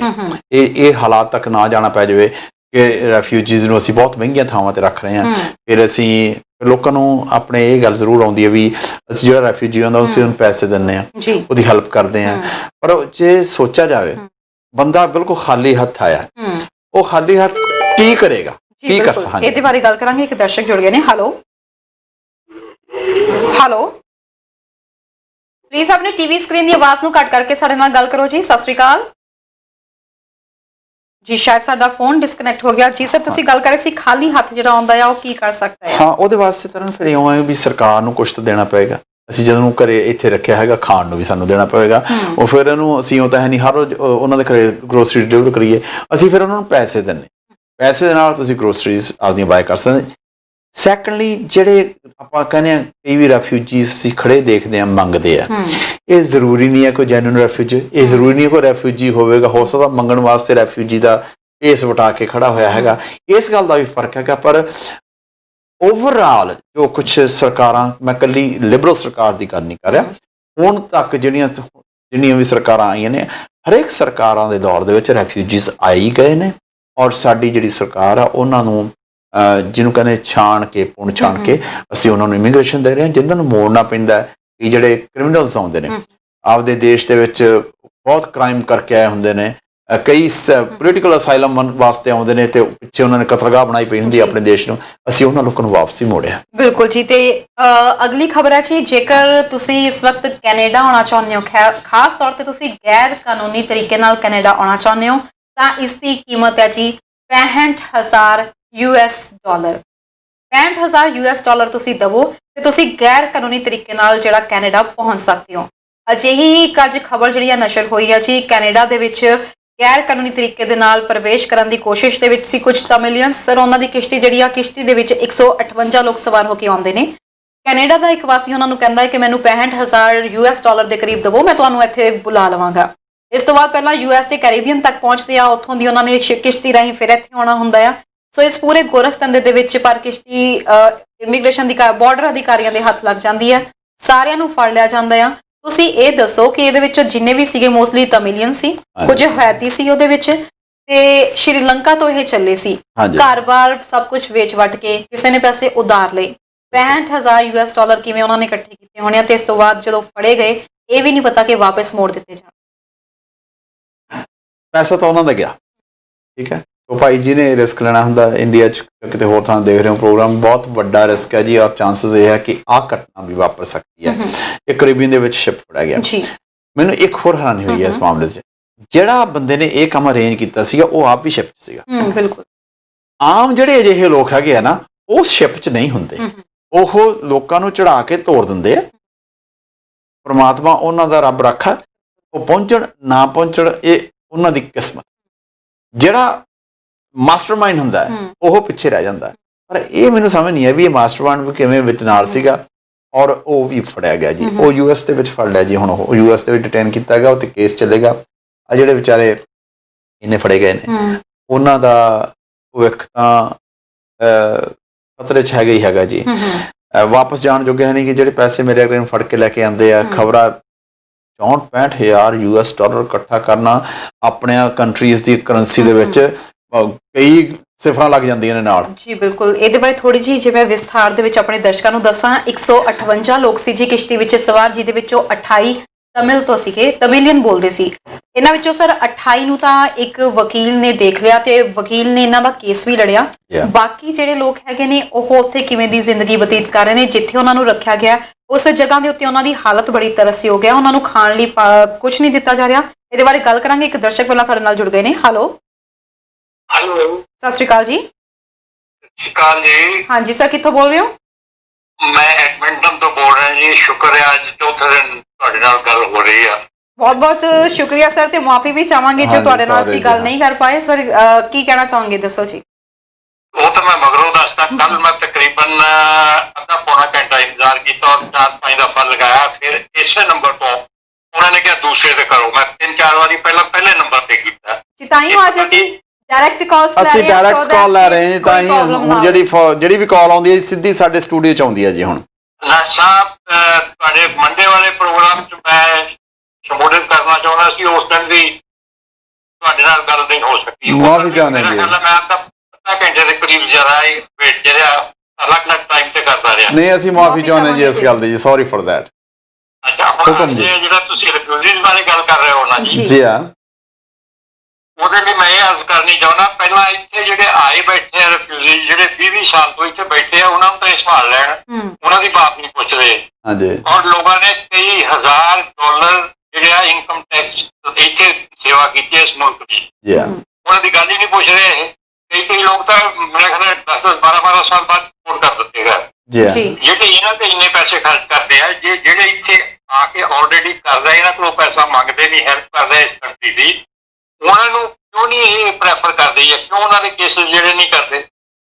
ਇਹ ਠੀਕ ਹੈ ਤੁਹਾਡੀ ਗੱਲ। ਜਿਹੜਾ ਕੇਸਿਸ ਨਹੀਂ ਕਰ ਰਹੇ, ਇਹ ਜਿਹੜੇ ਸਾਡਾ ਲੀਗਲ ਸਿਸਟਮ ਹੈ ਉਹਦੇ 'ਚ ਡਿਲੇ ਆ। ਇਹ ਜਿਹੜੀ ਡਿਲੇ ਹੈਗੀ ਇਹ ਸਰਕਾਰ ਦੀ ਨਾਕਾਮਯਾਬੀ ਹੈ। ਇਸ ਮਾਮਲੇ ਦੇ ਵਿੱਚ ਸਰਕਾਰਾਂ ਨੂੰ ਉਸ ਸਿਸਟਮ ਦੇ ਵਿੱਚ ਥੋੜ੍ਹੀ ਜਿਹੀ ਬਿਹਤਰੀ ਲੈ ਕੇ ਆਉਣੀ ਪਏਗੀ, ਔਰ ਹਰ ਗੱਲ 'ਤੇ ਜਵਾਬ ਸਿਰਫ ਇਹ ਆਉਂਦਾ ਜੀ ਕਿ ਸਾਡੇ ਕੋਲ ਸੋਰਸਿਸ ਹੈ ਨਹੀਂਗੇ, ਸਾਡੇ ਕੋਲ ਪੈਸੇ ਹੈ ਨਹੀਂਗੇ। ਪੈਸੇ ਹੁਣ ਇਉਂ ਹੈ, ਟੈਕਸਪੇਅਰਸ ਨੂੰ ਹੋਰ ਪੈਸੇ ਮੰਗਦੇ ਆ, ਟੈਕਸਪੇਅਰ ਦੇ ਉੱਤੇ ਹੋਰ ਖਰਚਾ ਪੈਂਦਾ। ਹਰ ਵਾਰੀ ਟੈਕਸਪੇਅਰ ਹੋਰ ਟੈਕਸ ਦੇਣ ਨੂੰ ਤਿਆਰ ਨਹੀਂ ਹੈ। ਜਦੋਂ ਇਲੈਕਸ਼ਨ ਦਾ ਟਾਈਮ ਹੁੰਦਾ, ਹਰ ਸਰਕਾਰ ਕਹਿੰਦੀ ਅਸੀਂ ਟੈਕਸ ਨੂੰ ਕੱਟਾਂਗੇ। ਜਦੋਂ ਕੱਟਾਂਗੇ, ਪਹਿਲਾਂ ਜਿਹੜੀਆਂ ਸੇਵਾਵਾਂ ਕੱਟੀਆਂ ਜਾਂਦੀਆਂ ਮੋਸਟਲੀ ਜਿਹੜੀ ਕਿ ਇੱਥੋਂ ਦੇ ਲੋਕਲ ਕੈਨੇਡੀਅਨਸ ਨੂੰ ਫਰਕ ਨਾ ਪਾਉਣ, ਉਹ ਅਜਿਹੇ ਡਿਪਾਰਟਮੈਂਟਸ ਨੇ, ਰੈਫਿਊਜੀ ਵਾਲਾ ਹੈਗਾ, ਇਮੀਗ੍ਰੇਸ਼ਨ ਵਾਲਾ ਹੈਗਾ, ਜਿਸ ਤੇ ਕੋਈ ਤੁਹਾਨੂੰ ਕੋਈ ਕਿੰਤੂ ਪਰੰਤੂ ਨਹੀਂ ਕਰ ਸਕਦਾ। ਇਸੇ ਕਰਕੇ ਉਹ ਜਿਹੜਾ ਬੈਕਲੌਗ ਇੱਥੇ ਇੰਨਾ ਜ਼ਿਆਦਾ ਵਧਿਆ, ਇਹ ਜਿਹੜੀ ਸਾਡੀ ਸਰਕਾਰ ਹੈ ਜੀ, ਫੈਡਰਲ ਗਵਰਨਮੈਂਟ, ਉਹਦੀ ਇਹ ਬਹੁਤ ਵੱਡੀ ਇਹ ਖੁਨਾਮੀ ਹੈ ਜੀ। ਇਹ ਉਹਨਾਂ ਦਾ ਇਸ ਬਹੁਤ ਵੱਡਾ ਸੁਧਾਰ ਲਿਆਉਣ ਵਾਲੀ ਗੱਲ ਹੈਗੀ ਹੈ ਕਿ ਅਸੀਂ ਰੈਫਿਊਜੀਜ਼, ਦੇਖੋ ਜੀ ਰੈਫਿਊਜੀਜ਼ ਤਾਂ ਆਉਂਦੇ ਰਹਿਣਗੇ। ਅਸੀਂ ਇਹ ਨਹੀਂ ਕਰ ਸਕਦੇ ਕਿ ਰੈਫਿਊਜੀਜ਼ ਅਸੀਂ ਅੱਜ ਬੰਦ ਕਰਤੇ, ਨਹੀਂ। ਰੈਫਿਊਜੀਜ਼ ਤਾਂ ਹਮੇਸ਼ਾ ਆਉਂਦੇ ਰਹਿਣਗੇ। ਹਾਂ, ਇਹ ਗੱਲ ਵੱਖਰੀ ਹੈ ਕਿ ਜਿਹੜਾ ਸਾਡਾ ਬੈਕਲੌਗ ਹੈਗਾ ਉਹ ਸਾਡੀ ਸਰਕਾਰ ਨੂੰ ਜਾਂ ਤਾਂ ਸਪੈਸ਼ਲ ਕੋਰਟਸ ਬਣਾ ਕੇ ਜਾਂ ਕੁਛ ਇਹੋ ਜਿਹਾ ਕਰਕੇ ਉਹਨੂੰ ਜ਼ਰੂਰ ਦੂਰ ਕਰਨਾ ਚਾਹੀਦਾ ਜੀ। ਜੀ ਬਿਲਕੁਲ ਸਰ। ਬਹੁਤ ਬੇਨਤੀ ਇਹ ਆ ਕਿ ਤੁਸੀਂ ਮੀਡੀਆ ਜਿਹੜਾ ਉਹ ਜਿਹਨੇ ਸਾਡੇ ਇੱਥੇ ਰਿਪਰੈਜ਼ੈਂਟੇਟਿਵ ਆ ਐਮਪੀ ਆ ਜਾਂ ਐਮਪੀਜ਼ ਆ, ਜੀ ਇਹਨਾਂ ਦੀ ਨੌਲੇਜ ਤੇ ਗੱਲ ਲਿਆਓ ਵੀ ਜਿਹੜਾ ਲੋਕਾਂ ਨੂੰ 20 ਸਾਲ ਹੋ ਗਏ ਆਪਣੇ ਬੱਚਿਆਂ ਤੋਂ ਵਿਛੜ ਕੇ ਬੈਠੇ ਆ। ਜੀ ਮੇਰੇ ਕੋਲ ਇਹੋ ਜਿਹੇ ਕੇਸਿਸ ਵੀ ਇੱਥੇ ਹੈਗੇ ਨੇ ਜਿਨ੍ਹਾਂ ਦੇ ਆਉਣ ਤੋਂ ਬਾਅਦ ਇੱਥੇ ਉਹਨਾਂ ਦੇ ਬੱਚਿਆਂ ਦੇ ਮੈਰਿਜਸ ਉੱਥੇ ਹੋਈਆਂ ਔਰ ਉਹਨਾਂ ਦੇ ਅੱਗੇ ਬੱਚੇ ਹੋ ਗਏ ਆ। ਠੀਕ ਹੈ ਉਹ ਜੀ। ਵਿਚਾਰੇ ਅਟੈਂਡ ਨਹੀਂ ਕਰ ਸਕੇ। ਜੀ ਫਿਰ ਬਿਲਕੁਲ। ਇੱਕ ਗੱਲ ਹੋ ਰਿਹਾ, ਉਹ ਆਲਰੇਡੀ ਸੈਟਲ ਨੇ ਇੱਥੇ, ਉਹਦਾ ਕੰਮ ਕਰ ਰਹੇ ਆ, ਪੈਸੇ ਗਵਰਨਮੈਂਟ ਨੂੰ ਟੈਕਸ ਵੀ ਕਰਵਾ ਰਹੇ ਆ। ਹਾਂਜੀ। ਔਰ ਕਈ ਲੋਕਾਂ ਦਾ ਤਾਂ ਇੰਨਾ ਵਧੀਆ ਇੱਥੇ ਕੰਮ ਹੈਗਾ, ਉਹਨਾਂ ਨੂੰ ਕੰਪਨੀਆਂ ਨੇ ਪ੍ਰਾਈਜ਼ ਦਿੱਤੇ ਆ ਉਹਨਾਂ ਦੇ ਵਰਕ ਦੇ ਉੱਤੇ। ਜੀ ਉਹ ਲੋਕ ਕਿਉਂ ਨਹੀਂ ਉਹਨਾਂ ਨੂੰ ਇੱਕ ਪਾਸ ਕਰ ਦਿੰਦੇ ਰੈਜ਼ੋਲੂਸ਼ਨ ਵੀ ਜਿਹੜੇ ਇੰਨੇ ਸਾਲ ਤੋਂ ਇੱਥੇ ਹੈਗੇ, 10 ਸਾਲ ਤੋਂ 15 ਸਾਲ ਤੋਂ ਜਾਂ 20 ਸਾਲ ਤੋਂ ਜਿਹੜੇ, ਉਹਨਾਂ ਨੂੰ ਅਸੀਂ ਲੀਗਲ ਕਰਦੇ ਆ ਤਾਂ ਕਿ ਉਹਨਾਂ ਨੂੰ ਵੀ ਜਾਣ ਆ ਜਾਣ, ਹੋਰ ਕੰਮ ਕਰਨ, ਹੋਰ ਕੰਮ ਫਾਇਦਾ ਵੀ ਮੁਲਕ ਦਾ ਵੀ, ਉਹਨਾਂ ਨੂੰ ਵੀ ਆਜ਼ਾਦੀ ਹੋਵੇ, ਆਪਣੇ ਮਾਂ ਪਿਓ ਨੂੰ ਬੱਚਿਆਂ ਨੂੰ ਜਾ ਕੇ ਮਿਲ ਸਕਣ ਜਾਂ ਕਰ। ਨਹੀਂ, ਤੁਹਾਡਾ ਸੁਜੈਸ਼ਨ ਬੜਾ ਵਧੀਆ ਜੀ। ਇਹ ਜਿਹੜਾ ਕਿ ਕਿਉਂ ਨਾ ਜਿਹੜੇ ਸਰਟਨ ਟਾਈਮ ਲਿਮਿਟ ਹੋਵੇ, ਉਸ ਟਾਈਮ ਲਿਮਿਟ ਤੋਂ ਬਾਅਦ ਉਹਨੂੰ ਸਭ ਨੂੰ ਇਮੀਗ੍ਰੇਸ਼ਨ ਦੇ ਦਿੱਤੀ ਜਾਵੇ। ਸਰ, ਜੇ ਤੁਹਾਨੂੰ ਪਤਾ ਹੋਵੇ ਸਰਕਾਰ ਨੇ ਇਹਦੇ ਵਿੱਚ ਥੋੜੀ ਜਿਹੀ ਨਵੀਂ ਅਮੈਂਡਮੈਂਟ ਕੀਤੀ ਆ। ਉਹਨਾਂ ਨੇ ਕਿਹਾ ਕਿ ਜਿਹੜੇ ਵੀ ਪੈਂਡੈਮਿਕ ਦੌਰਾਨ ਰਿਫਿਊਜੀਜ਼ ਨੇ ਅੱਗੇ ਹੋ ਕੇ ਜੌਬ ਕੀਤੀ ਆ, ਜਿਹੜੇ ਕਿ ਇਸ ਵਕਤ ਪ੍ਰਾਇੋਰਟੀ ਹੈਲਥ ਵਾਲੇ ਕੰਮਾਂ ਦੇ ਵਿੱਚ ਖਾਸ ਕਰਕੇ ਵਗੈਰਾ ਦੇ ਵਿੱਚ, ਸੋ ਉਹਨਾਂ ਨੂੰ ਕਿਹਾ ਕਿ ਉਹਨਾਂ ਦੇ ਫਾਸਟ ਟਰੈਕ ਤੇ ਕੇਸਿਸ ਉਹਨਾਂ ਦੇ ਉੱਤੇ ਨਿਪਟਾਰਾ ਹੋਏਗਾ ਤੇ ਉਹਨਾਂ ਨੂੰ ਐਜ਼ ਸੂਨ ਐਜ਼ ਪੋਸੀਬਲ ਪੀਆਰ ਲਈ ਨਵਾਜ਼ਿਆ ਜਾਏਗਾ, ਪੀਆਰ ਦੇ ਨਾਲ। ਉਹ ਲੋਕ ਅਲਾਉਡ ਨੇ ਹੁਣ ਅਪਲਾਈ ਕਰਨ ਲਈ ਦੁਬਾਰਾ। ਜੀ ਬਿਲਕੁਲ। ਜਿਨ੍ਹਾਂ ਨੇ ਇਸ ਵਕਤ ਫਰੰਟਲਾਈਨ ਵਰਕਰਸ ਨੇ ਜਿਹੜੇ ਰਿਫਿਊਜੀ ਬੇਸ ਦੇ ਉੱਤੇ ਇਸ ਵਕਤ ਇੱਥੇ ਰਹਿ ਰਹੇ ਨੇ ਤੇ ਫਰੰਟਲਾਈਨ ਵਰਕਰਸ ਨੇ ਉਹਨਾਂ ਦੇ ਵਿੱਚ ਕੰਮ ਕੀਤਾ ਆ, ਤਾਂ ਉਹ ਐਲੀਜੀਬਲ ਨੇ, ਉਹ ਅਪਲਾਈ ਕਰ ਸਕਦੇ ਨੇ। ਮੇਰੇ ਖਿਆਲ 2 ਜਾਂ 3 ਮਹੀਨੇ ਪਹਿਲਾਂ ਸਰਕਾਰ ਦਾ ਇਹ ਆਇਆ ਸੀਗਾ ਜੀ, ਉਹਨਾਂ ਨੇ ਇਹ ਗੱਲ ਕਰਨ ਦੇ ਵਾਅਦਾ ਕੀਤਾ ਸੀ। ਪਤਾ ਨਹੀਂ ਤਾਂ ਮੇਰੇ ਹੀ ਆਲੇ ਦੁਆਲੇ ਹੈਗੇ ਨੇ ਜਿਹੜੇ ਸ਼ੁਰੂ ਕਰ ਹੀ ਰਹੇ ਆ ਔਰ ਹੁਣ ਤੱਕ ਕਰ ਰਹੇ ਆ। ਸਰ, ਕੀ ਉਹ ਫਰੰਟਲਾਈਨ ਵਰਕਰ ਨੇ? ਜੀ ਸਰ, ਤੁਸੀਂ ਉਹਨਾਂ ਨੂੰ ਕਹੋ ਕਿ ਜ਼ਰੂਰ ਇਸ ਦੇ ਬਾਰੇ ਵਿੱਚ ਗੱਲ ਕਰਨ, ਕਿਉਂਕਿ ਫਰੰਟਲਾਈਨ ਵਰਕਰਸ ਨੂੰ ਸਰਕਾਰ ਨੇ ਖਾਸ ਤੌਰ ਤੇ ਕਿਹਾ ਹੈ ਕਿ ਉਹਨਾਂ ਦੇ ਲਈ ਪਹਿਲ ਦੇ ਆਧਾਰ ਤੇ ਜਿਹੜੇ ਰਿਫਿਊਜੀਜ਼ ਫਰੰਟਲਾਈਨ ਵਰਕਰ ਦੇ ਵਿੱਚ ਨੇ, ਉਹਨਾਂ ਨੂੰ ਪਹਿਲ ਦੇ ਆਧਾਰ ਤੇ ਜਿਹੜਾ ਪੀਆਰ ਦੇ ਵੱਲ ਉਹਨਾਂ ਦਾ ਕੇਸ ਜਿਹੜਾ ਪੈਂਡਿੰਗ ਜਿਹੜੇ ਪਏ ਨੇ ਉਹਨਾਂ ਨੂੰ ਹੱਲ ਕੀਤਾ ਜਾਏਗਾ। ਸ਼ੁਕਰੀਆ ਜੀ, ਤੁਸੀਂ ਕਾਲ ਕੀਤੀ ਹੈ sir. Thank you so much. ਅਸੀਂ ਇੱਕ ਵਾਰੀ ਫੇਰ ਮਾਫੀ ਮੰਗਦੇ ਹਾਂ ਜੀ, ਜਿਹੜਾ ਤੁਹਾਨੂੰ ਇੰਨੀ ਵੇਟ ਕਰਨੀ ਪਈ ਆ। ਅਸੀਂ ਇਸੇ ਕਰਕੇ ਆਪਦਾ ਸਿਸਟਮ ਥੋੜਾ ਚੇਂਜ ਕੀਤਾ ਜੀ। ਜਿਹੜੀ ਤੁਹਾਡੀ ਕਾਲ ਕੋਈ ਵੀ ਆਉਂਦੀ ਹੈ ਉਹ ਸਿੱਧੀ ਸਟੂਡੀਓ ਦੇ ਵਿੱਚ ਆਏਗੀ ਜੀ। ਅੱਗੇ ਸਾਡੇ ਪਹਿਲਾਂ ਆਫਿਸ ਹੈਂਡਲ ਕਰਦਾ ਸੀ, ਸਮ ਟਾਈਮ ਸਾਨੂੰ ਪ੍ਰੋਬਲਮ ਆਉਂਦੀ ਸੀਗੀ ਵੀ ਕਈ ਵਾਰੀ ਸਾਡੇ ਫੋਨ 'ਚ ਕੋਈ ਨੁਕਸ ਸੀਗਾ, तो ਅਸੀਂ ਨਵਾਂ ਸੈਟਅਪ ਕੀਤਾ, ਜਿਹੜਾ ਵੀ ਤੁਹਾਡੀ ਕਾਲ ਆਉਂਦੀ ਹੈ ਜੀ ਡਾਇਰੈਕਟਲੀ ਸਾਡੇ ਸਟੂਡੀਓ 'ਚ ਆਏਗੀ ਜੀ। Again sorry for that. ਬਿਲਕੁਲ ਗੱਲ ਕਰ ਰਹੇ ਸੀ ਸਰ, ਇਸ ਵਕਤ ਜਿਹੜੇ ਗੈਰ ਕਾਨੂੰਨੀ ਤਰੀਕੇ ਦੇ ਨਾਲ ਪਹੁੰਚ ਰਹੇ ਨੇ, ਸ਼ਾਰਟ ਦੇ ਵਿੱਚ ਆਪਾਂ ਇਸ ਗੱਲ ਨੂੰ ਮੁਕਾਈਏ। ਹਾਂ, ਆਪਣਾ ਸਮਾਂ ਵੀ ਹੋ ਚੱਲਿਆ। ਜਿਹੜੇ ਗੈਰ ਕਾਨੂੰਨੀ ਢੰਗ ਨਾਲ ਆਉਣਾ ਗਲਤ ਹੈ ਜੀ। ਮੈਂ ਇਸ ਗੱਲ ਦੇ ਹੱਕ ਦੇ ਵਿੱਚ ਨਹੀਂ ਹਾਂ, ਕਿਉਂਕਿ ਉਹਦਾ ਅੰਜਾਮ ਜਿਹੜਾ ਇਹਨਾਂ ਨਾਲ ਹੋਇਆ, ਇਕੱਲੇ ਇਹਨਾਂ ਨਾਲ ਨਹੀਂ ਹੋਇਆ, ਬਹੁਤ ਲੋਕਾਂ ਨਾਲ ਹੋਇਆ। ਖਾਸ ਕਰਕੇ ਮੈਂ ਕੁਝ ਲੋਕਾਂ ਨੂੰ ਜਾਣਦਾ ਜਿਹੜੇ ਹੁਣ ਆ ਕੇ ਯੂਐਸ ਸੈਟਲ ਹੋਏ ਨੇ, ਪੁਰਾਣੇ ਦੇ ਵੇਲੇ ਦੀ ਗੱਲ ਹੈ। ਜਿਹੜਾ ਮੈਕਸੀਕੋ ਦਾ ਬਾਰਡਰ ਕ੍ਰਾਸ ਕਰਦੇ ਨੇ, ਜਿਨ੍ਹਾਂ ਨੂੰ ਨਹੀਂ ਪਤਾ, ਮੈਂ ਤੁਹਾਨੂੰ ਇੰਨਾ ਦੱਸ ਦੇਣਾ, ਜਿਹੜਾ ਮੈਕਸੀਕੋ ਦਾ ਬਾਰਡਰ ਯੂਐਸ ਦੇ ਵਿੱਚ ਕ੍ਰਾਸ ਕਰਨਾ, ਉਹਦੀ ਸਰਟਨ ਟਾਈਮ ਲਿਮਿਟ ਆ, ਉਹਦੇ ਵਿੱਚ ਕ੍ਰਾਸ ਕਰਨਾ ਹੁੰਦਾ। ਮੌਸਮ ਕੈਸਾ ਹੋਵੇ, ਤੁਸੀਂ ਸਮਾਨ ਵੀ ਲਿਮਟਿਡ ਚੱਕਣਾ। ਤਰਨ ਉਹ ਨਹੀਂ ਹੈ ਵੀ ਤੁਸੀਂ ਵਾਦਾ ਭੋਜਨ ਦਾ ਸਮਾਨ ਸਾਰਾ ਕੁਝ, ਨੋ ਲਿਮਟਿਡ ਪਾਣੀ ਲੈ ਕੇ ਆਉਣਾ, ਕਿਉਂਕਿ ਥੋੜਾ ਚਾਹੀਦਾ ਸਮਾਨ, ਤੁਸੀਂ ਭੱਜ ਕੇ ਲੰਘਣਾ, ਕੁਝ ਵੀ ਨਹੀਂ।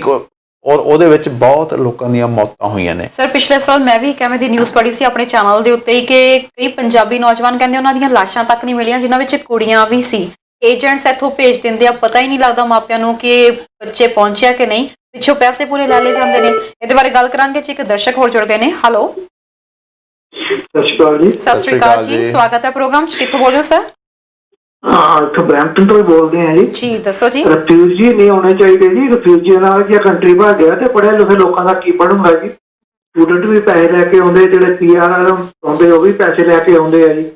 ਪਰ ਹੁਣ ਰਿਫਿਊਜੀ ਤੇ ਆਣ ਕੇ ਕੰਟਰੀ ਨੂੰ ਖਾਂਦੇ ਆ ਤੇ ਕਿਤਨਾ ਕੰਟਰੀ ਚੱਲੂਗਾ ਜੀ। ਠੀਕ ਹੈ, ਤੁਹਾਡੀ ਗੱਲ ਸਹੀ ਹੈ ਜੀ। ਪਰ ਹੁਣ ਗੱਲ ਇਹ ਆ ਵੀ ਮੰਨ ਲਓ ਕਿਸੇ ਕੰਟਰੀ ਦੇ ਵਿੱਚ ਹਾਲਾਤ ਬਹੁਤ ਭੈੜੇ ਨੇ, ਉੱਥੇ ਨਾ ਕਾਨੂੰਨ ਦੀ ਵਿਵਸਥਾ, ਨਾ ਕੁਝ ਹੋਰ ਆ, ਲੋਕਾਂ 'ਚ ਆਪਸ ਵਿੱਚ ਮਾਰੋ ਧਾਰ ਹੋ ਰਹੀ ਹੈ, ਸਰਕਾਰ ਦੇ ਕੰਟਰੋਲ ਵਿੱਚ ਉਹ ਕੰਟਰੀ ਹੈ ਨਹੀਂਗਾ। ਜੇ ਉੱਥੋਂ ਕੋਈ ਬੰਦਾ ਆਪਣੇ ਆ ਜਾਂਦਾ ਹੈ ਤਾਂ ਆਪਾਂ ਆਪਣੇ ਘਰ 'ਚ ਆਏ ਨੂੰ ਤਾਂ ਕਦੇ ਕਿਸੇ ਨੂੰ ਨਹੀਂ ਜਵਾਬ ਦਿੰਦੇ। ਆਪਾਂ ਇੰਡੀਆ ਦੀ ਵੀ ਗੱਲ ਕਰ ਲਈਏ, ਕੋਈ ਘਰੇ ਆ ਜਾਂਦਾ ਭੁੱਖਾ ਆਉਂਦਾ, ਆ ਕੇ ਰੋਟੀ ਮੰਗਦਾ, ਅਸੀਂ ਰੋਟੀ ਦੇਣ ਨੂੰ ਤਿਆਰ ਨੇ, ਚਾਹੇ ਸਾਡੇ ਕੋਲੇ 2 ਰੋਟੀਆਂ ਨੇ, ਅਸੀਂ ਇੱਕ ਉਹਨੂੰ ਦੇਣ ਦੀ ਕੋਸ਼ਿਸ਼ ਕਰਦੇ। ਰੋਟੀ 'ਚ ਵੀ ਫਰਕ ਹੈ ਨਾ। ਜਿਹੜੇ ਉੱਥੋਂ ਆ ਜਾਂਦੇ ਆ, ਦੱਸੋ ਇਹਨਾਂ ਨੂੰ ਕੋਈ ਪ੍ਰੋਬਲਮ ਥੋੜੀ ਹੈ ਇਹ। ਹਾਂ, ਤੁਸੀਂ ਸਹੀ ਗੱਲ ਕਹੀ ਹੈ। ਮੈਂ ਜੈਨੂਇਨ ਰਿਫਿਊਜੀ ਦੀ ਗੱਲ ਕਰਦਾ ਜੀ। ਜਿਹੜੇ ਰਿਫਿਊਜੀ ਦੀ ਆੜ ਹੇਠਾਂ ਸਹੀ ਬੰਦੇ ਆਉਂਦੇ ਆ, ਉਹ ਆਉਣੇ ਨਹੀਂ ਚਾਹੀਦੇ। I agree with you 100%।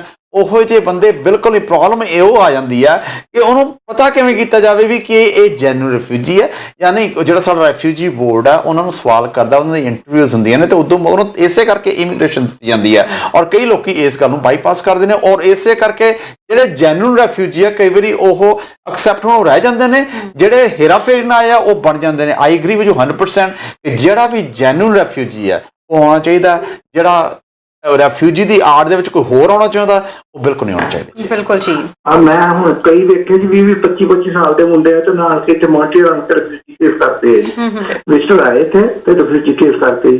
ਸਹੀ ਗੱਲ ਹੈ। ਆਈ ਐਗਰੀ ਵਿਦ ਯੂ ਜਿਹੜੀ ਤੁਸੀਂ ਗੱਲ ਕਰਦੇ ਹੋ। So there are not genuine refugees. ਜਿਹੜਾ ਜੈਨੂਇਨ ਰੈਫਿਊਜੀ ਹੈ ਜੀ ਮੈਂ ਉਹਦੇ ਹੱਕ ਵਿੱਚ ਹਾਂ ਜੀ। ਜਿਹੜਾ ਜੈਨੂਇਨ ਰੈਫਿਊਜੀ ਨਹੀਂ ਹੈ they shouldn't be allowed to settle in this country. ਜੀ ਬਹੁਤ ਬਹੁਤ ਸ਼ੁਕਰੀਆ। Thank you so nice sir, ਤੁਸੀਂ ਕਾਲ ਕੀਤੀ ਹੈ ਜੀ, ਬਹੁਤ ਬਹੁਤ ਧੰਨਵਾਦ ਜੀ। ਜੀ ਸਰ, ਤੇ ਇੱਕ ਅਗਲੀ ਖਬਰ ਵੀ ਅਸੀਂ ਜ਼ਰੂਰ ਡਿਸਕਸ ਇੱਥੇ ਕਰਨਾ ਚਾਹਾਂਗੇ। ਕੱਲ ਵੀ ਆਪਾਂ ਇਹਦੇ ਬਾਰੇ ਗੱਲ ਕੀਤੀ ਸੀ ਤੇ ਗੱਲ ਕਰਨੋਂ ਬਾਅਦ ਡਿਸਕਸ਼ਨ ਕਰਨੋਂ ਰਹਿ ਗਈ ਸੀ। ਡਰਾਈਵਿੰਗ ਸਕੂਲ ਦੇ ਇੱਕ ਓਨਰ ਸੁਖਵਿੰਦਰ ਸਿੰਘ ਜਿਨ੍ਹਾਂ ਦੀ ਉਮਰ 61 ਸਾਲ ਹੈ, ਉਹਨਾਂ ਦੇ ਉੱਤੇ 16 ਸਾਲ ਦੀ ਆਪਣੀ ਸਟੂਡੈਂਟ ਦੇ ਨਾਲ ਸੈਕਸ਼ੂਅਲ ਅਸੌਲਟ ਕਰਨ ਦੇ ਦੋਸ਼ ਲੱਗੇ ਨੇ। ਬਰੈਂਪਟਨ ਦੇ ਨੇ ਜੀ, ਸਨੀ ਡਰਾਈਵਿੰਗ ਸਕੂਲ ਹੈ ਜੀ ਔਰ ਉਹਨਾਂ ਨੂੰ ਪੁਲਿਸ ਨੇ ਗ੍ਰਿਫਤਾਰ ਕਰ ਲਿਆ ਜੀ।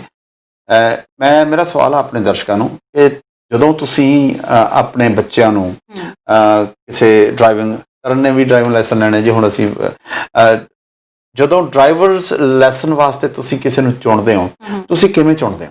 ਤੁਸੀਂ ਕੀ ਸੋਚ ਕੇ ਚੁਣਦੇ ਹੋ ਵੀ ਕੀ ਇਹ ਕੀ ਤੁਸੀਂ ਜਿਹੜਾ ਸਕੂਲ ਹੈ ਉਹਦੀ ਬੈਕਗ੍ਰਾਉਂਡ ਚੈੱਕ ਕਰਦੇ ਹੋ? ਕੀ ਤੁਸੀਂ ਦੇਖਦੇ ਹੋ ਕਿ ਇਹ ਸਕੂਲ ਜੈਨੂਇਨ ਹੈਗਾ? ਜਾਂ ਤੁਸੀਂ ਜਿਹੜੀ ਗੁਆਂਢੀ ਨੇ ਕਹਿਤਾ, ਹੁਣ ਤਰਨ ਨੇ ਮੈਨੂੰ ਕਿਹਾ ਜੀ ਮੈਨੂੰ ਕੋਈ ਡਰਾਈਵਿੰਗ ਸਕੂਲ ਦੀ ਕੋਈ ਰਿਕਮੈਂਡ ਕਰੋ। ਹੁਣ ਤਰਨ ਨੇ ਮੈਨੂੰ ਕਿਹਾ ਵੀ ਮੈਂ ਹੁਣ ਜਿਹੜਾ ਕਰਨਾ ਹੈ ਕਿ ਹੁਣ ਮੈਨੂੰ ਇਹਦਾ ਬਹੁਤੇ ਕੰਨ ਹੋ ਗਏ ਨੇ ਕਿ ਮੈਂ ਉਹਦੀ ਬੈਕਗਰਾਉਂਡ ਚੈੱਕ ਕਰਾਂ। ਯੈਸ, ਮੈਨੂੰ ਪਤਾ ਹੋਣਾ ਚਾਹੀਦਾ ਉਹ ਕੰਮ ਕੀ ਕਰਦਾ। ਯੈਸ, ਕਿ ਉਹਦੇ ਉੱਤੇ ਪੁਰਾਣੀ ਕੋਈ ਦੋਸ਼ ਤਾਂ ਨਹੀਂ ਲੱਗੇ ਹੋਏ। ਯੈਸ, ਮੈਨੂੰ ਜਦੋਂ ਸਾਰੀਆਂ ਗੱਲਾਂ ਪਤਾ ਹੋਏਗਾ then I will recommend to Taran ਆਹ ਜਿਹੜਾ ਡਰਾਈਵਿੰਗ ਸਕੂਲ ਆ ਇਹ ਠੀਕ ਹੈ। ਮੈਨੂੰ ਤੁਹਾਡੇ ਨਾਲ ਇੱਕ ਸਵਾਲ ਆ ਜੀ, ਕੀ ਤੁਸੀਂ ਆਪਣੇ ਬੱਚਿਆਂ ਵਾਸਤੇ ਜਦੋਂ ਤੁਸੀਂ ਦੇਖਦੇ ਹੋ ਕੀ ਤੁਸੀਂ ਇਹੀ ਦੇਖਦੇ ਹੋ ਕਿ ਉਹ ਕਿੰਨੇ ਪੈਸੇ ਲੈਂਦਾ, ਜਾਂ ਤੁਸੀਂ ਇਹ ਗੱਲਾਂ ਵੀ ਚੈੱਕ ਕਰਦੇ ਹੋ ਕਿ ਕੀ ਕੱਲ੍ਹ ਨੂੰ ਸਾਡੇ ਬੱਚੇ ਨਾਲ ਕਿਤੇ ਕੋਈ ਠੱਗੀ ਠੋਰੀ ਕੋਈ ਸ਼ੋਸ਼ਣ ਤਾਂ ਨਹੀਂ ਉਹ ਡਰਾਈਵਰ ਕਰੇਗਾ? ਸਰ, ਜਾਂ ਤੀਸਰਾ ਮੈਟਰ ਇਹ ਵੀ ਹੈ ਕਿ ਬਸ ਬਾਈ ਹੁੱਕ ਔਰ ਬਾਈ ਕਰੂਕ ਲਾਇਸੈਂਸ ਦਵਾ ਦੇਵੇ। ਦੇਖ ਤਰਨ, ਲਾਇਸੈਂਸ ਲੈਣਾ ਕੋਈ ਔਖਾ ਨਹੀਂ ਹੈ। ਇੱਥੋਂ ਦਾ ਜਿਹੜਾ ਉੱਥੋਂ ਚਲਾਉਂਦਾ ਆ ਨਾ ਉਹਨੂੰ ਔਖਾ ਹੈ। ਰੀਜ਼ਨ ਆਦਤਾਂ ਵਿਗੜੀਆਂ ਹੁੰਦੀਆਂ ਨੇ ਸਾਨੂੰ। ਅਸੀਂ ਕਿਉਂਕਿ ਉੱਥੇ ਆਦਤ ਜਿੱਥੇ ਥਾਂ ਮਿਲ ਗਿਆ ਨੱਕ ਫਸਾਤਾ, ਇੰਡੀਕੇਟਰ ਨਹੀਂ ਲਾਉਣਾ, ਜ਼ੋਰ ਦੀ ਬ੍ਰੇਕਾਂ ਮਾਰੀਆਂ, ਅਗਰ ਟੇਲ ਗੇਟਿੰਗ ਕਰਨੀ, ਲੈਫਟ ਰਾਈਟ ਦਾ ਵੀ ਟੇਲ ਗੇਟਿੰਗ ਕਰਨੀ ਅਸੀਂ ਕਾਰ ਦੇ ਵਿਚਾਲੇ ਥਾਂ ਨਹੀਂ ਛੱਡਣਾ ਸੀ ਬਿਲਕੁਲ ਵੀ, ਵਿਚ ਇਜ਼ ਡੇਂਜਰਸ। ਸੋ ਜਦੋਂ ਉੱਥੋਂ ਤੁਸੀਂ ਬਹੁਤ ਚਲਾਉਂਦੇ ਆਉਂਦੇ ਹੋ ਤਾਂ ਇੱਥੇ ਆ ਕੇ ਫਿਰ ਚਾਂਸਸ ਇਹ ਹੈ ਜੀ ਕਿ ਹੋ ਸਕਦਾ ਤੁਸੀਂ ਲਾਇਸੈਂਸ ਲੈਣ 'ਚ 1-2 ਵਾਰੀ ਤੁਹਾਨੂੰ ਵੱਧ ਲੱਗ ਜਾਣ। ਪਰ ਮੈਂ ਤੁਹਾਨੂੰ ਸਵਾਲ ਮੇਰਾ ਇਹ ਹੈ ਜੀ ਕਿ ਤੁਸੀਂ ਚੈੱਕ ਕਰਦੇ ਹੋ ਬੈਕਗਰਾਉਂਡ ਡਰਾਈਵਰ ਸਕੂਲ ਦੀ, ਕੀ ਇਹ ਜੈਨੂਇਨ ਸਕੂਲ ਵੀ ਹੈਗਾ ਕਿ ਨਹੀਂ? ਇਹ ਵੀ ਗੱਲਾਂ ਹੋਈਆਂ ਨੇ। ਸ਼ਾਇਦ ਇਸ ਕੇਸ ਦੇ ਵਿੱਚ ਵੀ ਇਹ ਗੱਲ ਹੈਗੀ ਆ ਵੀ ਤੁਸੀਂ ਇਹ ਕਹਿੰਦੇ ਵੀ ਮਰਗਿੰਦਰ ਨੇ ਕਹਤਾ ਇਹਦੇ ਕੋਲ ਚਲੇ ਜਾਓ ਤੇ ਅਸੀਂ ਚਲੇ ਗਏ ਤੇ ਉਹ ਕਹਿੰਦਾ ਜੀ ਮੈਂ ਬਾਕੀ ਨਾਲ $100 ਘੱਟ ਲੈਣਾ, ਕਿ ਤੁਸੀਂ ਪੈਸੇ ਦੇ ਦਿਓ। I just want to know that. ਬਿਲਕੁਲ ਜੀ, ਮੈਂ ਆਪਣੀ ਐਗਜ਼ਾਮਪਲ ਦਵਾਂ। ਮੈਂ ਪਹਿਲਾਂ 2-4 ਸਕੂਲਸ ਪਹਿਲਾਂ ਮੈਂ ਦੇਖੇ ਆ, ਉਸ ਤੋਂ ਬਾਅਦ ਸਰਚ ਮਾਰੀ ਆ, ਕਿੰਨੀ ਉਹਨਾਂ ਦੇ ਰਿਵਿਊਜ਼ ਪੜ੍ਹਿਆ ਕਿ ਕੀ ਰਿਵਿਊ ਸੀ। ਉਸ ਤੋਂ ਬਾਅਦ ਫਿਰ ਮੈਂ ਸਾਰਾ ਕੁਝ ਦੇਖਿਆ ਕਿ ਉਸ ਤੋਂ ਬਾਅਦ ਕਿੰਨੀ ਉਸ ਵਕਤ ਪੇਮੈਂਟ ਕੀ ਲੈਣਗੇ, ਉਹ ਵੀ ਵਿੱਚ ਇੱਕ ਮੇਜਰ ਇਸ਼ੂ ਹੈਗਾ ਵਾ। ਬਟ ਨਾਲ ਦੀ ਨਾਲ ਸਟਾਰਸ ਵੀ ਜ਼ਰੂਰ ਦੇਖਿਆ। ਮੈਂ ਸਾਰਿਆਂ ਨੂੰ ਪੁੱਛਿਆ ਵੀ, ਕੰਸਲਟ ਵੀ ਕੀਤਾ ਕਿ ਕਿੱਥੇ ਜ਼ਿਆਦਾ ਬੈਟਰ ਵੇ ਨਾਲ ਆਪਸ਼ਨਸ ਤੁਹਾਨੂੰ ਮਿਲ ਸਕਦੇ ਆ, ਵਧੀਆ ਤਰੀਕੇ ਨਾਲ ਕੌਣ ਸਿਖਾ ਸਕਦਾ। ਇਹ ਨਹੀਂ ਹੈ ਕਿ ਤੁਸੀਂ ਗਏ ਹੋ, ਤੁਸੀਂ ਆਪਣਾ ਟਾਈਮ ਪਾਸ ਕਰਕੇ ਆ ਗਏ ਐਂਡ ਆਲ ਦੈਟ, ਰਾਈਟ? ਕਿ ਤੁਹਾਨੂੰ ਪ੍ਰੋਪਰ ਰੂਲਸ ਐਂਡ ਰੈਗੂਲੇਸ਼ਨਸ ਇਹਨਾਂ ਨੂੰ ਖੁਦ ਨੌਲੇਜ ਹੋਗੀ, ਉਹੀ ਤੁਹਾਨੂੰ ਅੱਗੇ ਨੌਲੇਜ ਦੇ ਸਕਦੇ ਆ। ਜਿਹੜਾ ਪੈਸੇ ਵਾਲੀ ਗੱਲ ਆ ਇਟ ਇਜ਼ ਇੰਪੋਰਟੈਂਟ, ਪਰ it should be 5th or 6th option. ਸਵਾਲ ਚਾਹੀਦਾ ਪਹਿਲਾਂ, ਦੂਜੇ ਸਵਾਲ ਮੇਰੇ ਖਿਆਲ ਚਾਹੀਦੇ ਨੇ।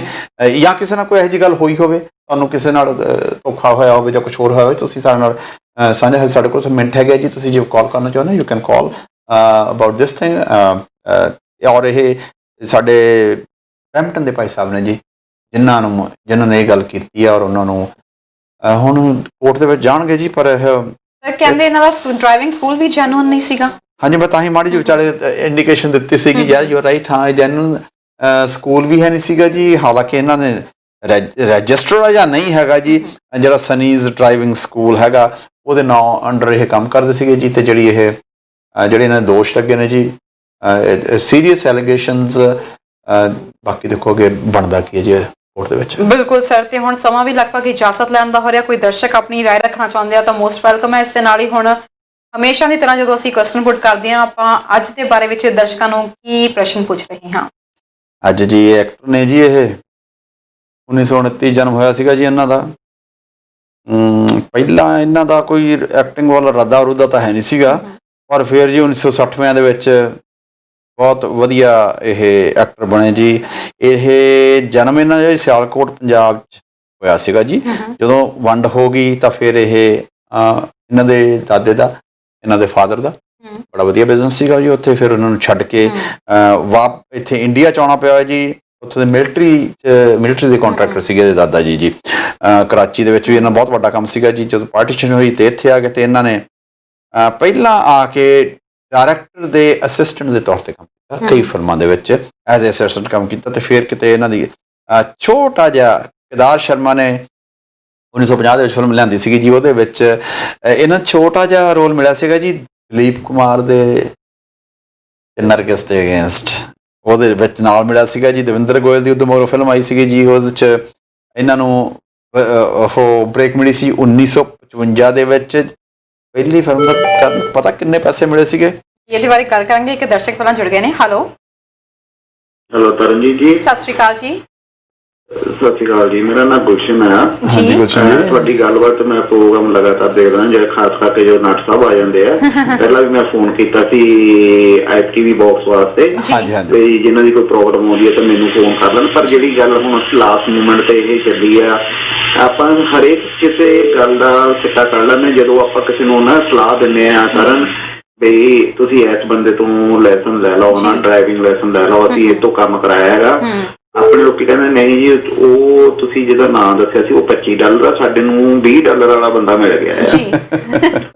ਅਸੀਂ ਉਸ ਗੱਲ ਤੇ ਨਟ ਸਾਹਿਬ, ਅਸੀਂ ਉਹਨਾਂ ਗੱਲਾਂ ਤੇ ਲੋਕੀ ਸੋਚਦੇ ਨਹੀਂ ਹੈਗੇ ਕਿ ਅਸੀਂ ਕਹਾਂ ਟਿਮ ਹੋਟਨ ਤੋਂ 4 ਕੱਪ ਕੌਫੀ ਦੇ ਬਾਜ਼ਾਰ ਜੋ 4 ਬੰਦੇ ਮਿਲਦੇ ਆ ਨਾ, ਉਹ ਪੀ ਕੇ ਬੈਠ ਕੇ ਉਹ ਖਾ ਲੈਣੇ ਆ, ਪੀ ਲੈਣੇ ਆ।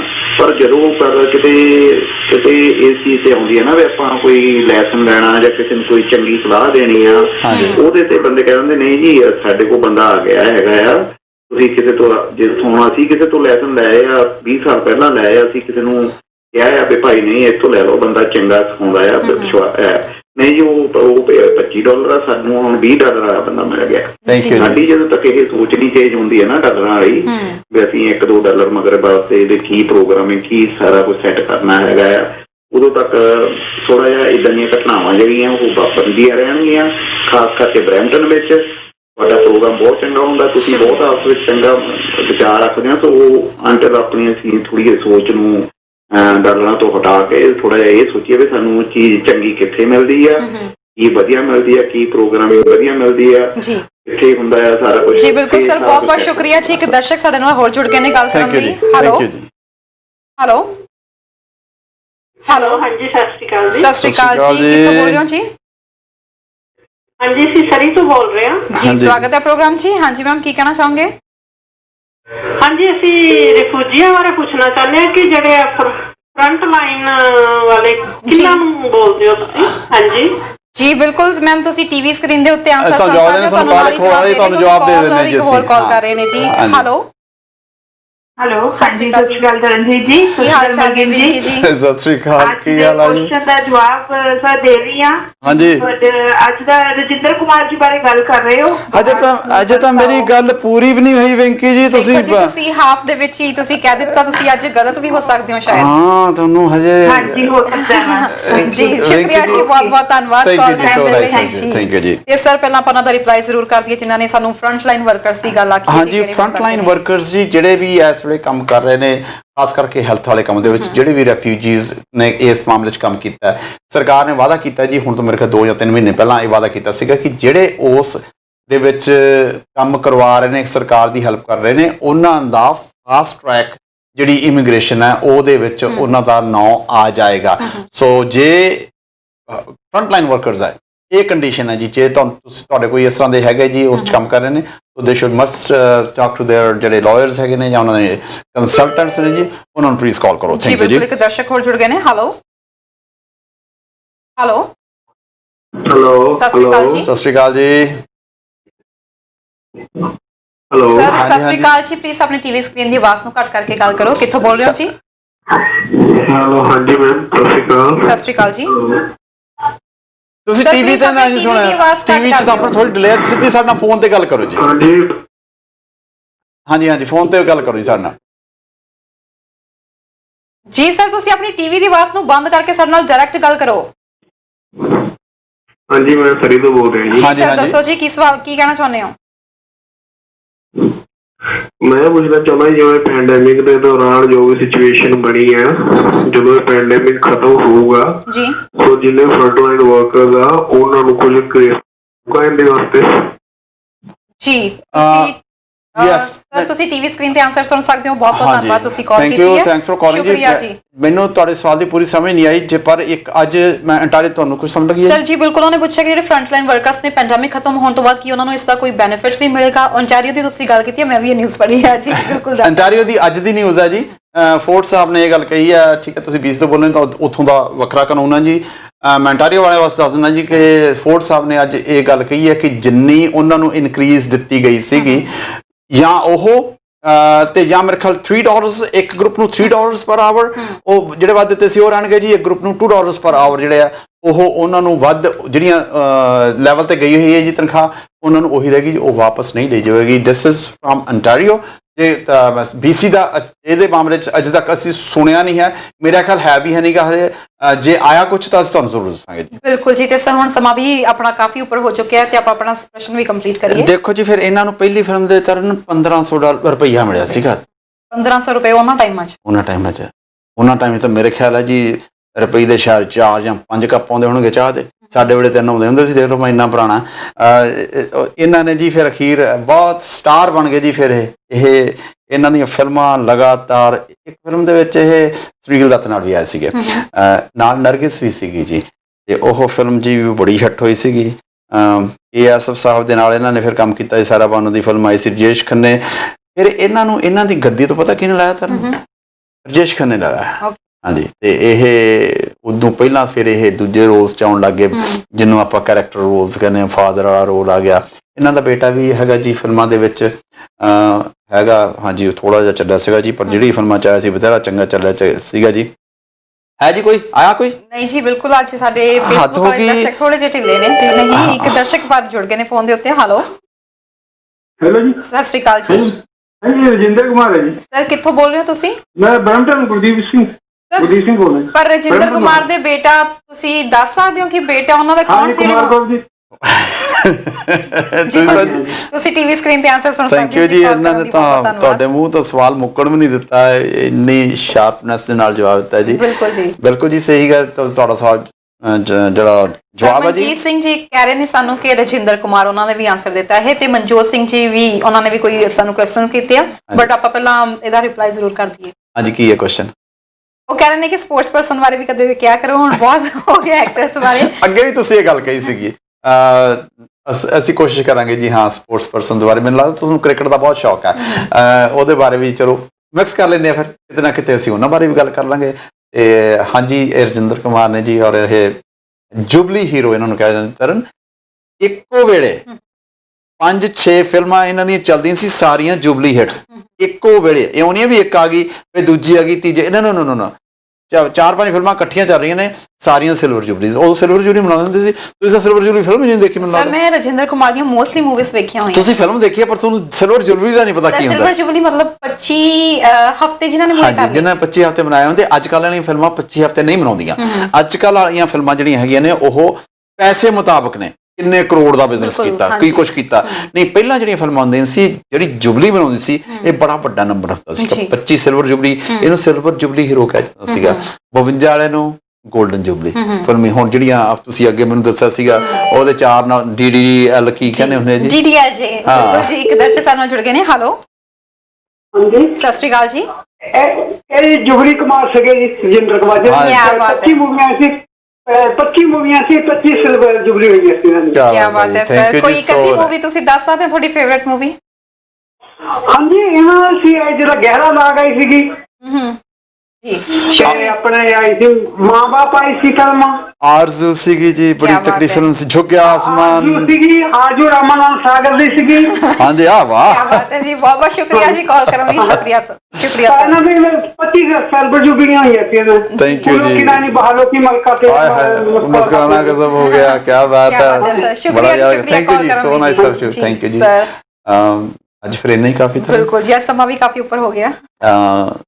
ਕੁਦਰਤੀ ਕੋਈ ਗੱਲ ਨਹੀਂ ਫਿਰ ਕੀ ਆ ਆਪਾਂ ਜਿਹੜਾ ਨੈਕਸਟ ਪ੍ਰੋਗਰਾਮ ਉਹਦਾ ਨੈਕਸਟ ਟਾਈਮ ਲੈ ਕੇ ਦੇਖੋ ਜੀ ਸਾਡਾ ਵਾਸ ਚੱਲੇ ਤਾਂ ਅਸੀਂ ਇਹਦੋਂ ਹੋਰ ਅੱਗੇ ਚਲੇ ਜਾਈਏ ਪਰ ਸਾਨੂੰ ਜਿਹੜੀ ਸਮਾਂ ਉਹਦੇ ਮੁਤਾਬਕ ਚੱਲਣਾ ਪੈਂਦਾ ਜੀ ਫਿਰ ਭੁੱਲਰ ਸਾਹਿਬ ਕਹਿੰਦੇ ਤੁਸੀਂ ਜ਼ਿਆਦਾ ਟਾਈਮ ਲੈ ਕੇ ਇਹ ਵੀ ਖਿਆਲ ਰੱਖਣਾ ਪੈਂਦਾ ਜੀ ਸਾਨੂੰ ਫਿਰ ਤੋਂ ਅੱਜ ਇੰਨਾ ਹੀ ਕਾਫੀ ਜੀ ਕੱਲ ਨੂੰ ਫਿਰ ਮਿਲਾਂਗੇ ਸਾਨੂੰ ਆਸ ਰਹਿੰਦੀ ਹੈ ਅਸੀਂ ਆਸ ਕਰਦੇ ਹਾਂ ਕਿ ਤੁਸੀਂ ਸਾਡੇ ਨਾਲ ਜਿਹੜੇ ਅਸੀਂ ਪ੍ਰੋਗਰਾਮ ਦਿੰਦੇ ਹਾਂ ਉਹਦੇ 'ਚ ਤੁਸੀਂ ਆਪਦੀ ਪਾਰਟਿਸਿਪੇਸ਼ਨ ਕਰੋ ਸਾਨੂੰ ਤੁਹਾਡੇ ਵਿਊਜ਼ ਚਾਹੀਦੇ ਨੇ ਜਿਹੜੇ ਵਿਊਜ਼ ਅਸੀਂ ਦਿੰਦੇ ਹਾਂ ਕੋਈ ਜ਼ਰੂਰੀ ਨਹੀਂ ਹੈ ਕਿ ਸਾਡੇ ਉਹ ਅੰਦਰਲੇ ਵਿਊਜ਼ ਹੋਣ ਪਰ ਅਸੀਂ ਸ਼ੋਅ ਨੂੰ ਥੋੜ੍ਹਾ ਜਿਹਾ ਇੰਟਰਸਟਿੰਗ ਬਣਾਉਣ ਦੇ ਵਾਸਤੇ ਅਸੀਂ ਦੋਨੇ ਵੱਖਰੀ ਪੁੰਜੇ ਚਲਾ ਕੇ ਆਪਦੀ ਗੱਲ ਕਰਦੇ ਹਾਂ ਜੀ ਇਹ ਜ਼ਰੂਰੀ ਨਹੀਂ ਕਿ ਅਸੀਂ ਉਹਨਾਂ ਗੱਲਾਂ ਨਾਲ ਸਹਿਮਤ ਹੋਈਏ ਪਰ ਸਾਨੂੰ ਥੋੜ੍ਹਾ ਜਿਹਾ ਪ੍ਰੋਗਰਾਮ ਨੂੰ ਅਸੀਂ ਦੋਨੇ ਪੱਖ ਤੁਹਾਨੂੰ ਦੱਸਣੇ ਚਾਹੁੰਦੇ ਹਾਂ ਇਸ ਕਰਕੇ ਅਸੀਂ ਇਹ ਕੰਮ ਕਰਦੇ ਹਾਂ ਜੀ ਅੱਜ ਇੰਨੀ ਕਾਫੀ ਜੀ ਕੱਲ੍ਹ ਨੂੰ ਫਿਰ ਮਿਲਾਂਗੇ ਸਤਿ ਸ੍ਰੀ ਅਕਾਲ ਬਿਲਕੁਲ ਜੀ ਤੇ ਨਾਲ ਹੀ ਦਰਸ਼ਕਾਂ ਨੂੰ ਦੱਸਦੀ ਅਸੀਂ ਕੋਸ਼ਿਸ਼ ਕੀਤੀ ਹੈ ਕਿ WhatsApp ਨੰਬਰ ਵੀ ਤੁਹਾਨੂੰ ਹੁਣ ਪ੍ਰੋਵਾਈਡ ਕਰਵਾਇਆ ਕਰਾਂਗੇ ਹਰ ਰੋਜ਼ ਤੇ ਤੁਸੀਂ ਦੁਨੀਆ ਦੇ ਕਿਸੇ ਵੀ ਕੋਨੇ ਵਿੱਚ ਹੈਗੇ ਹੋ WhatsApp ਦੇ ਜ਼ਰੀਏ ਵੀ ਸਾਡੇ ਨਾਲ ਤੁਸੀਂ ਕਾਲ ਕਰ ਸਕਦੇ ਹੋ ਕੰਟੈਕਟ ਕਰ ਸਕਦੇ ਹੋ ਤੇ ਉਹਨਾਂ ਦਰਸ਼ਕਾਂ ਲਈ ਖਾਸ ਤੌਰ ਤੇ ਜਿਨ੍ਹਾਂ ਨੂੰ ਇਸ ਵਕਤ ਕੰਪਲੇਂਟ ਰਹਿੰਦੀ ਹੈ ਕਿ 6 ਤੋਂ 7 ਉਹਨਾਂ ਦਾ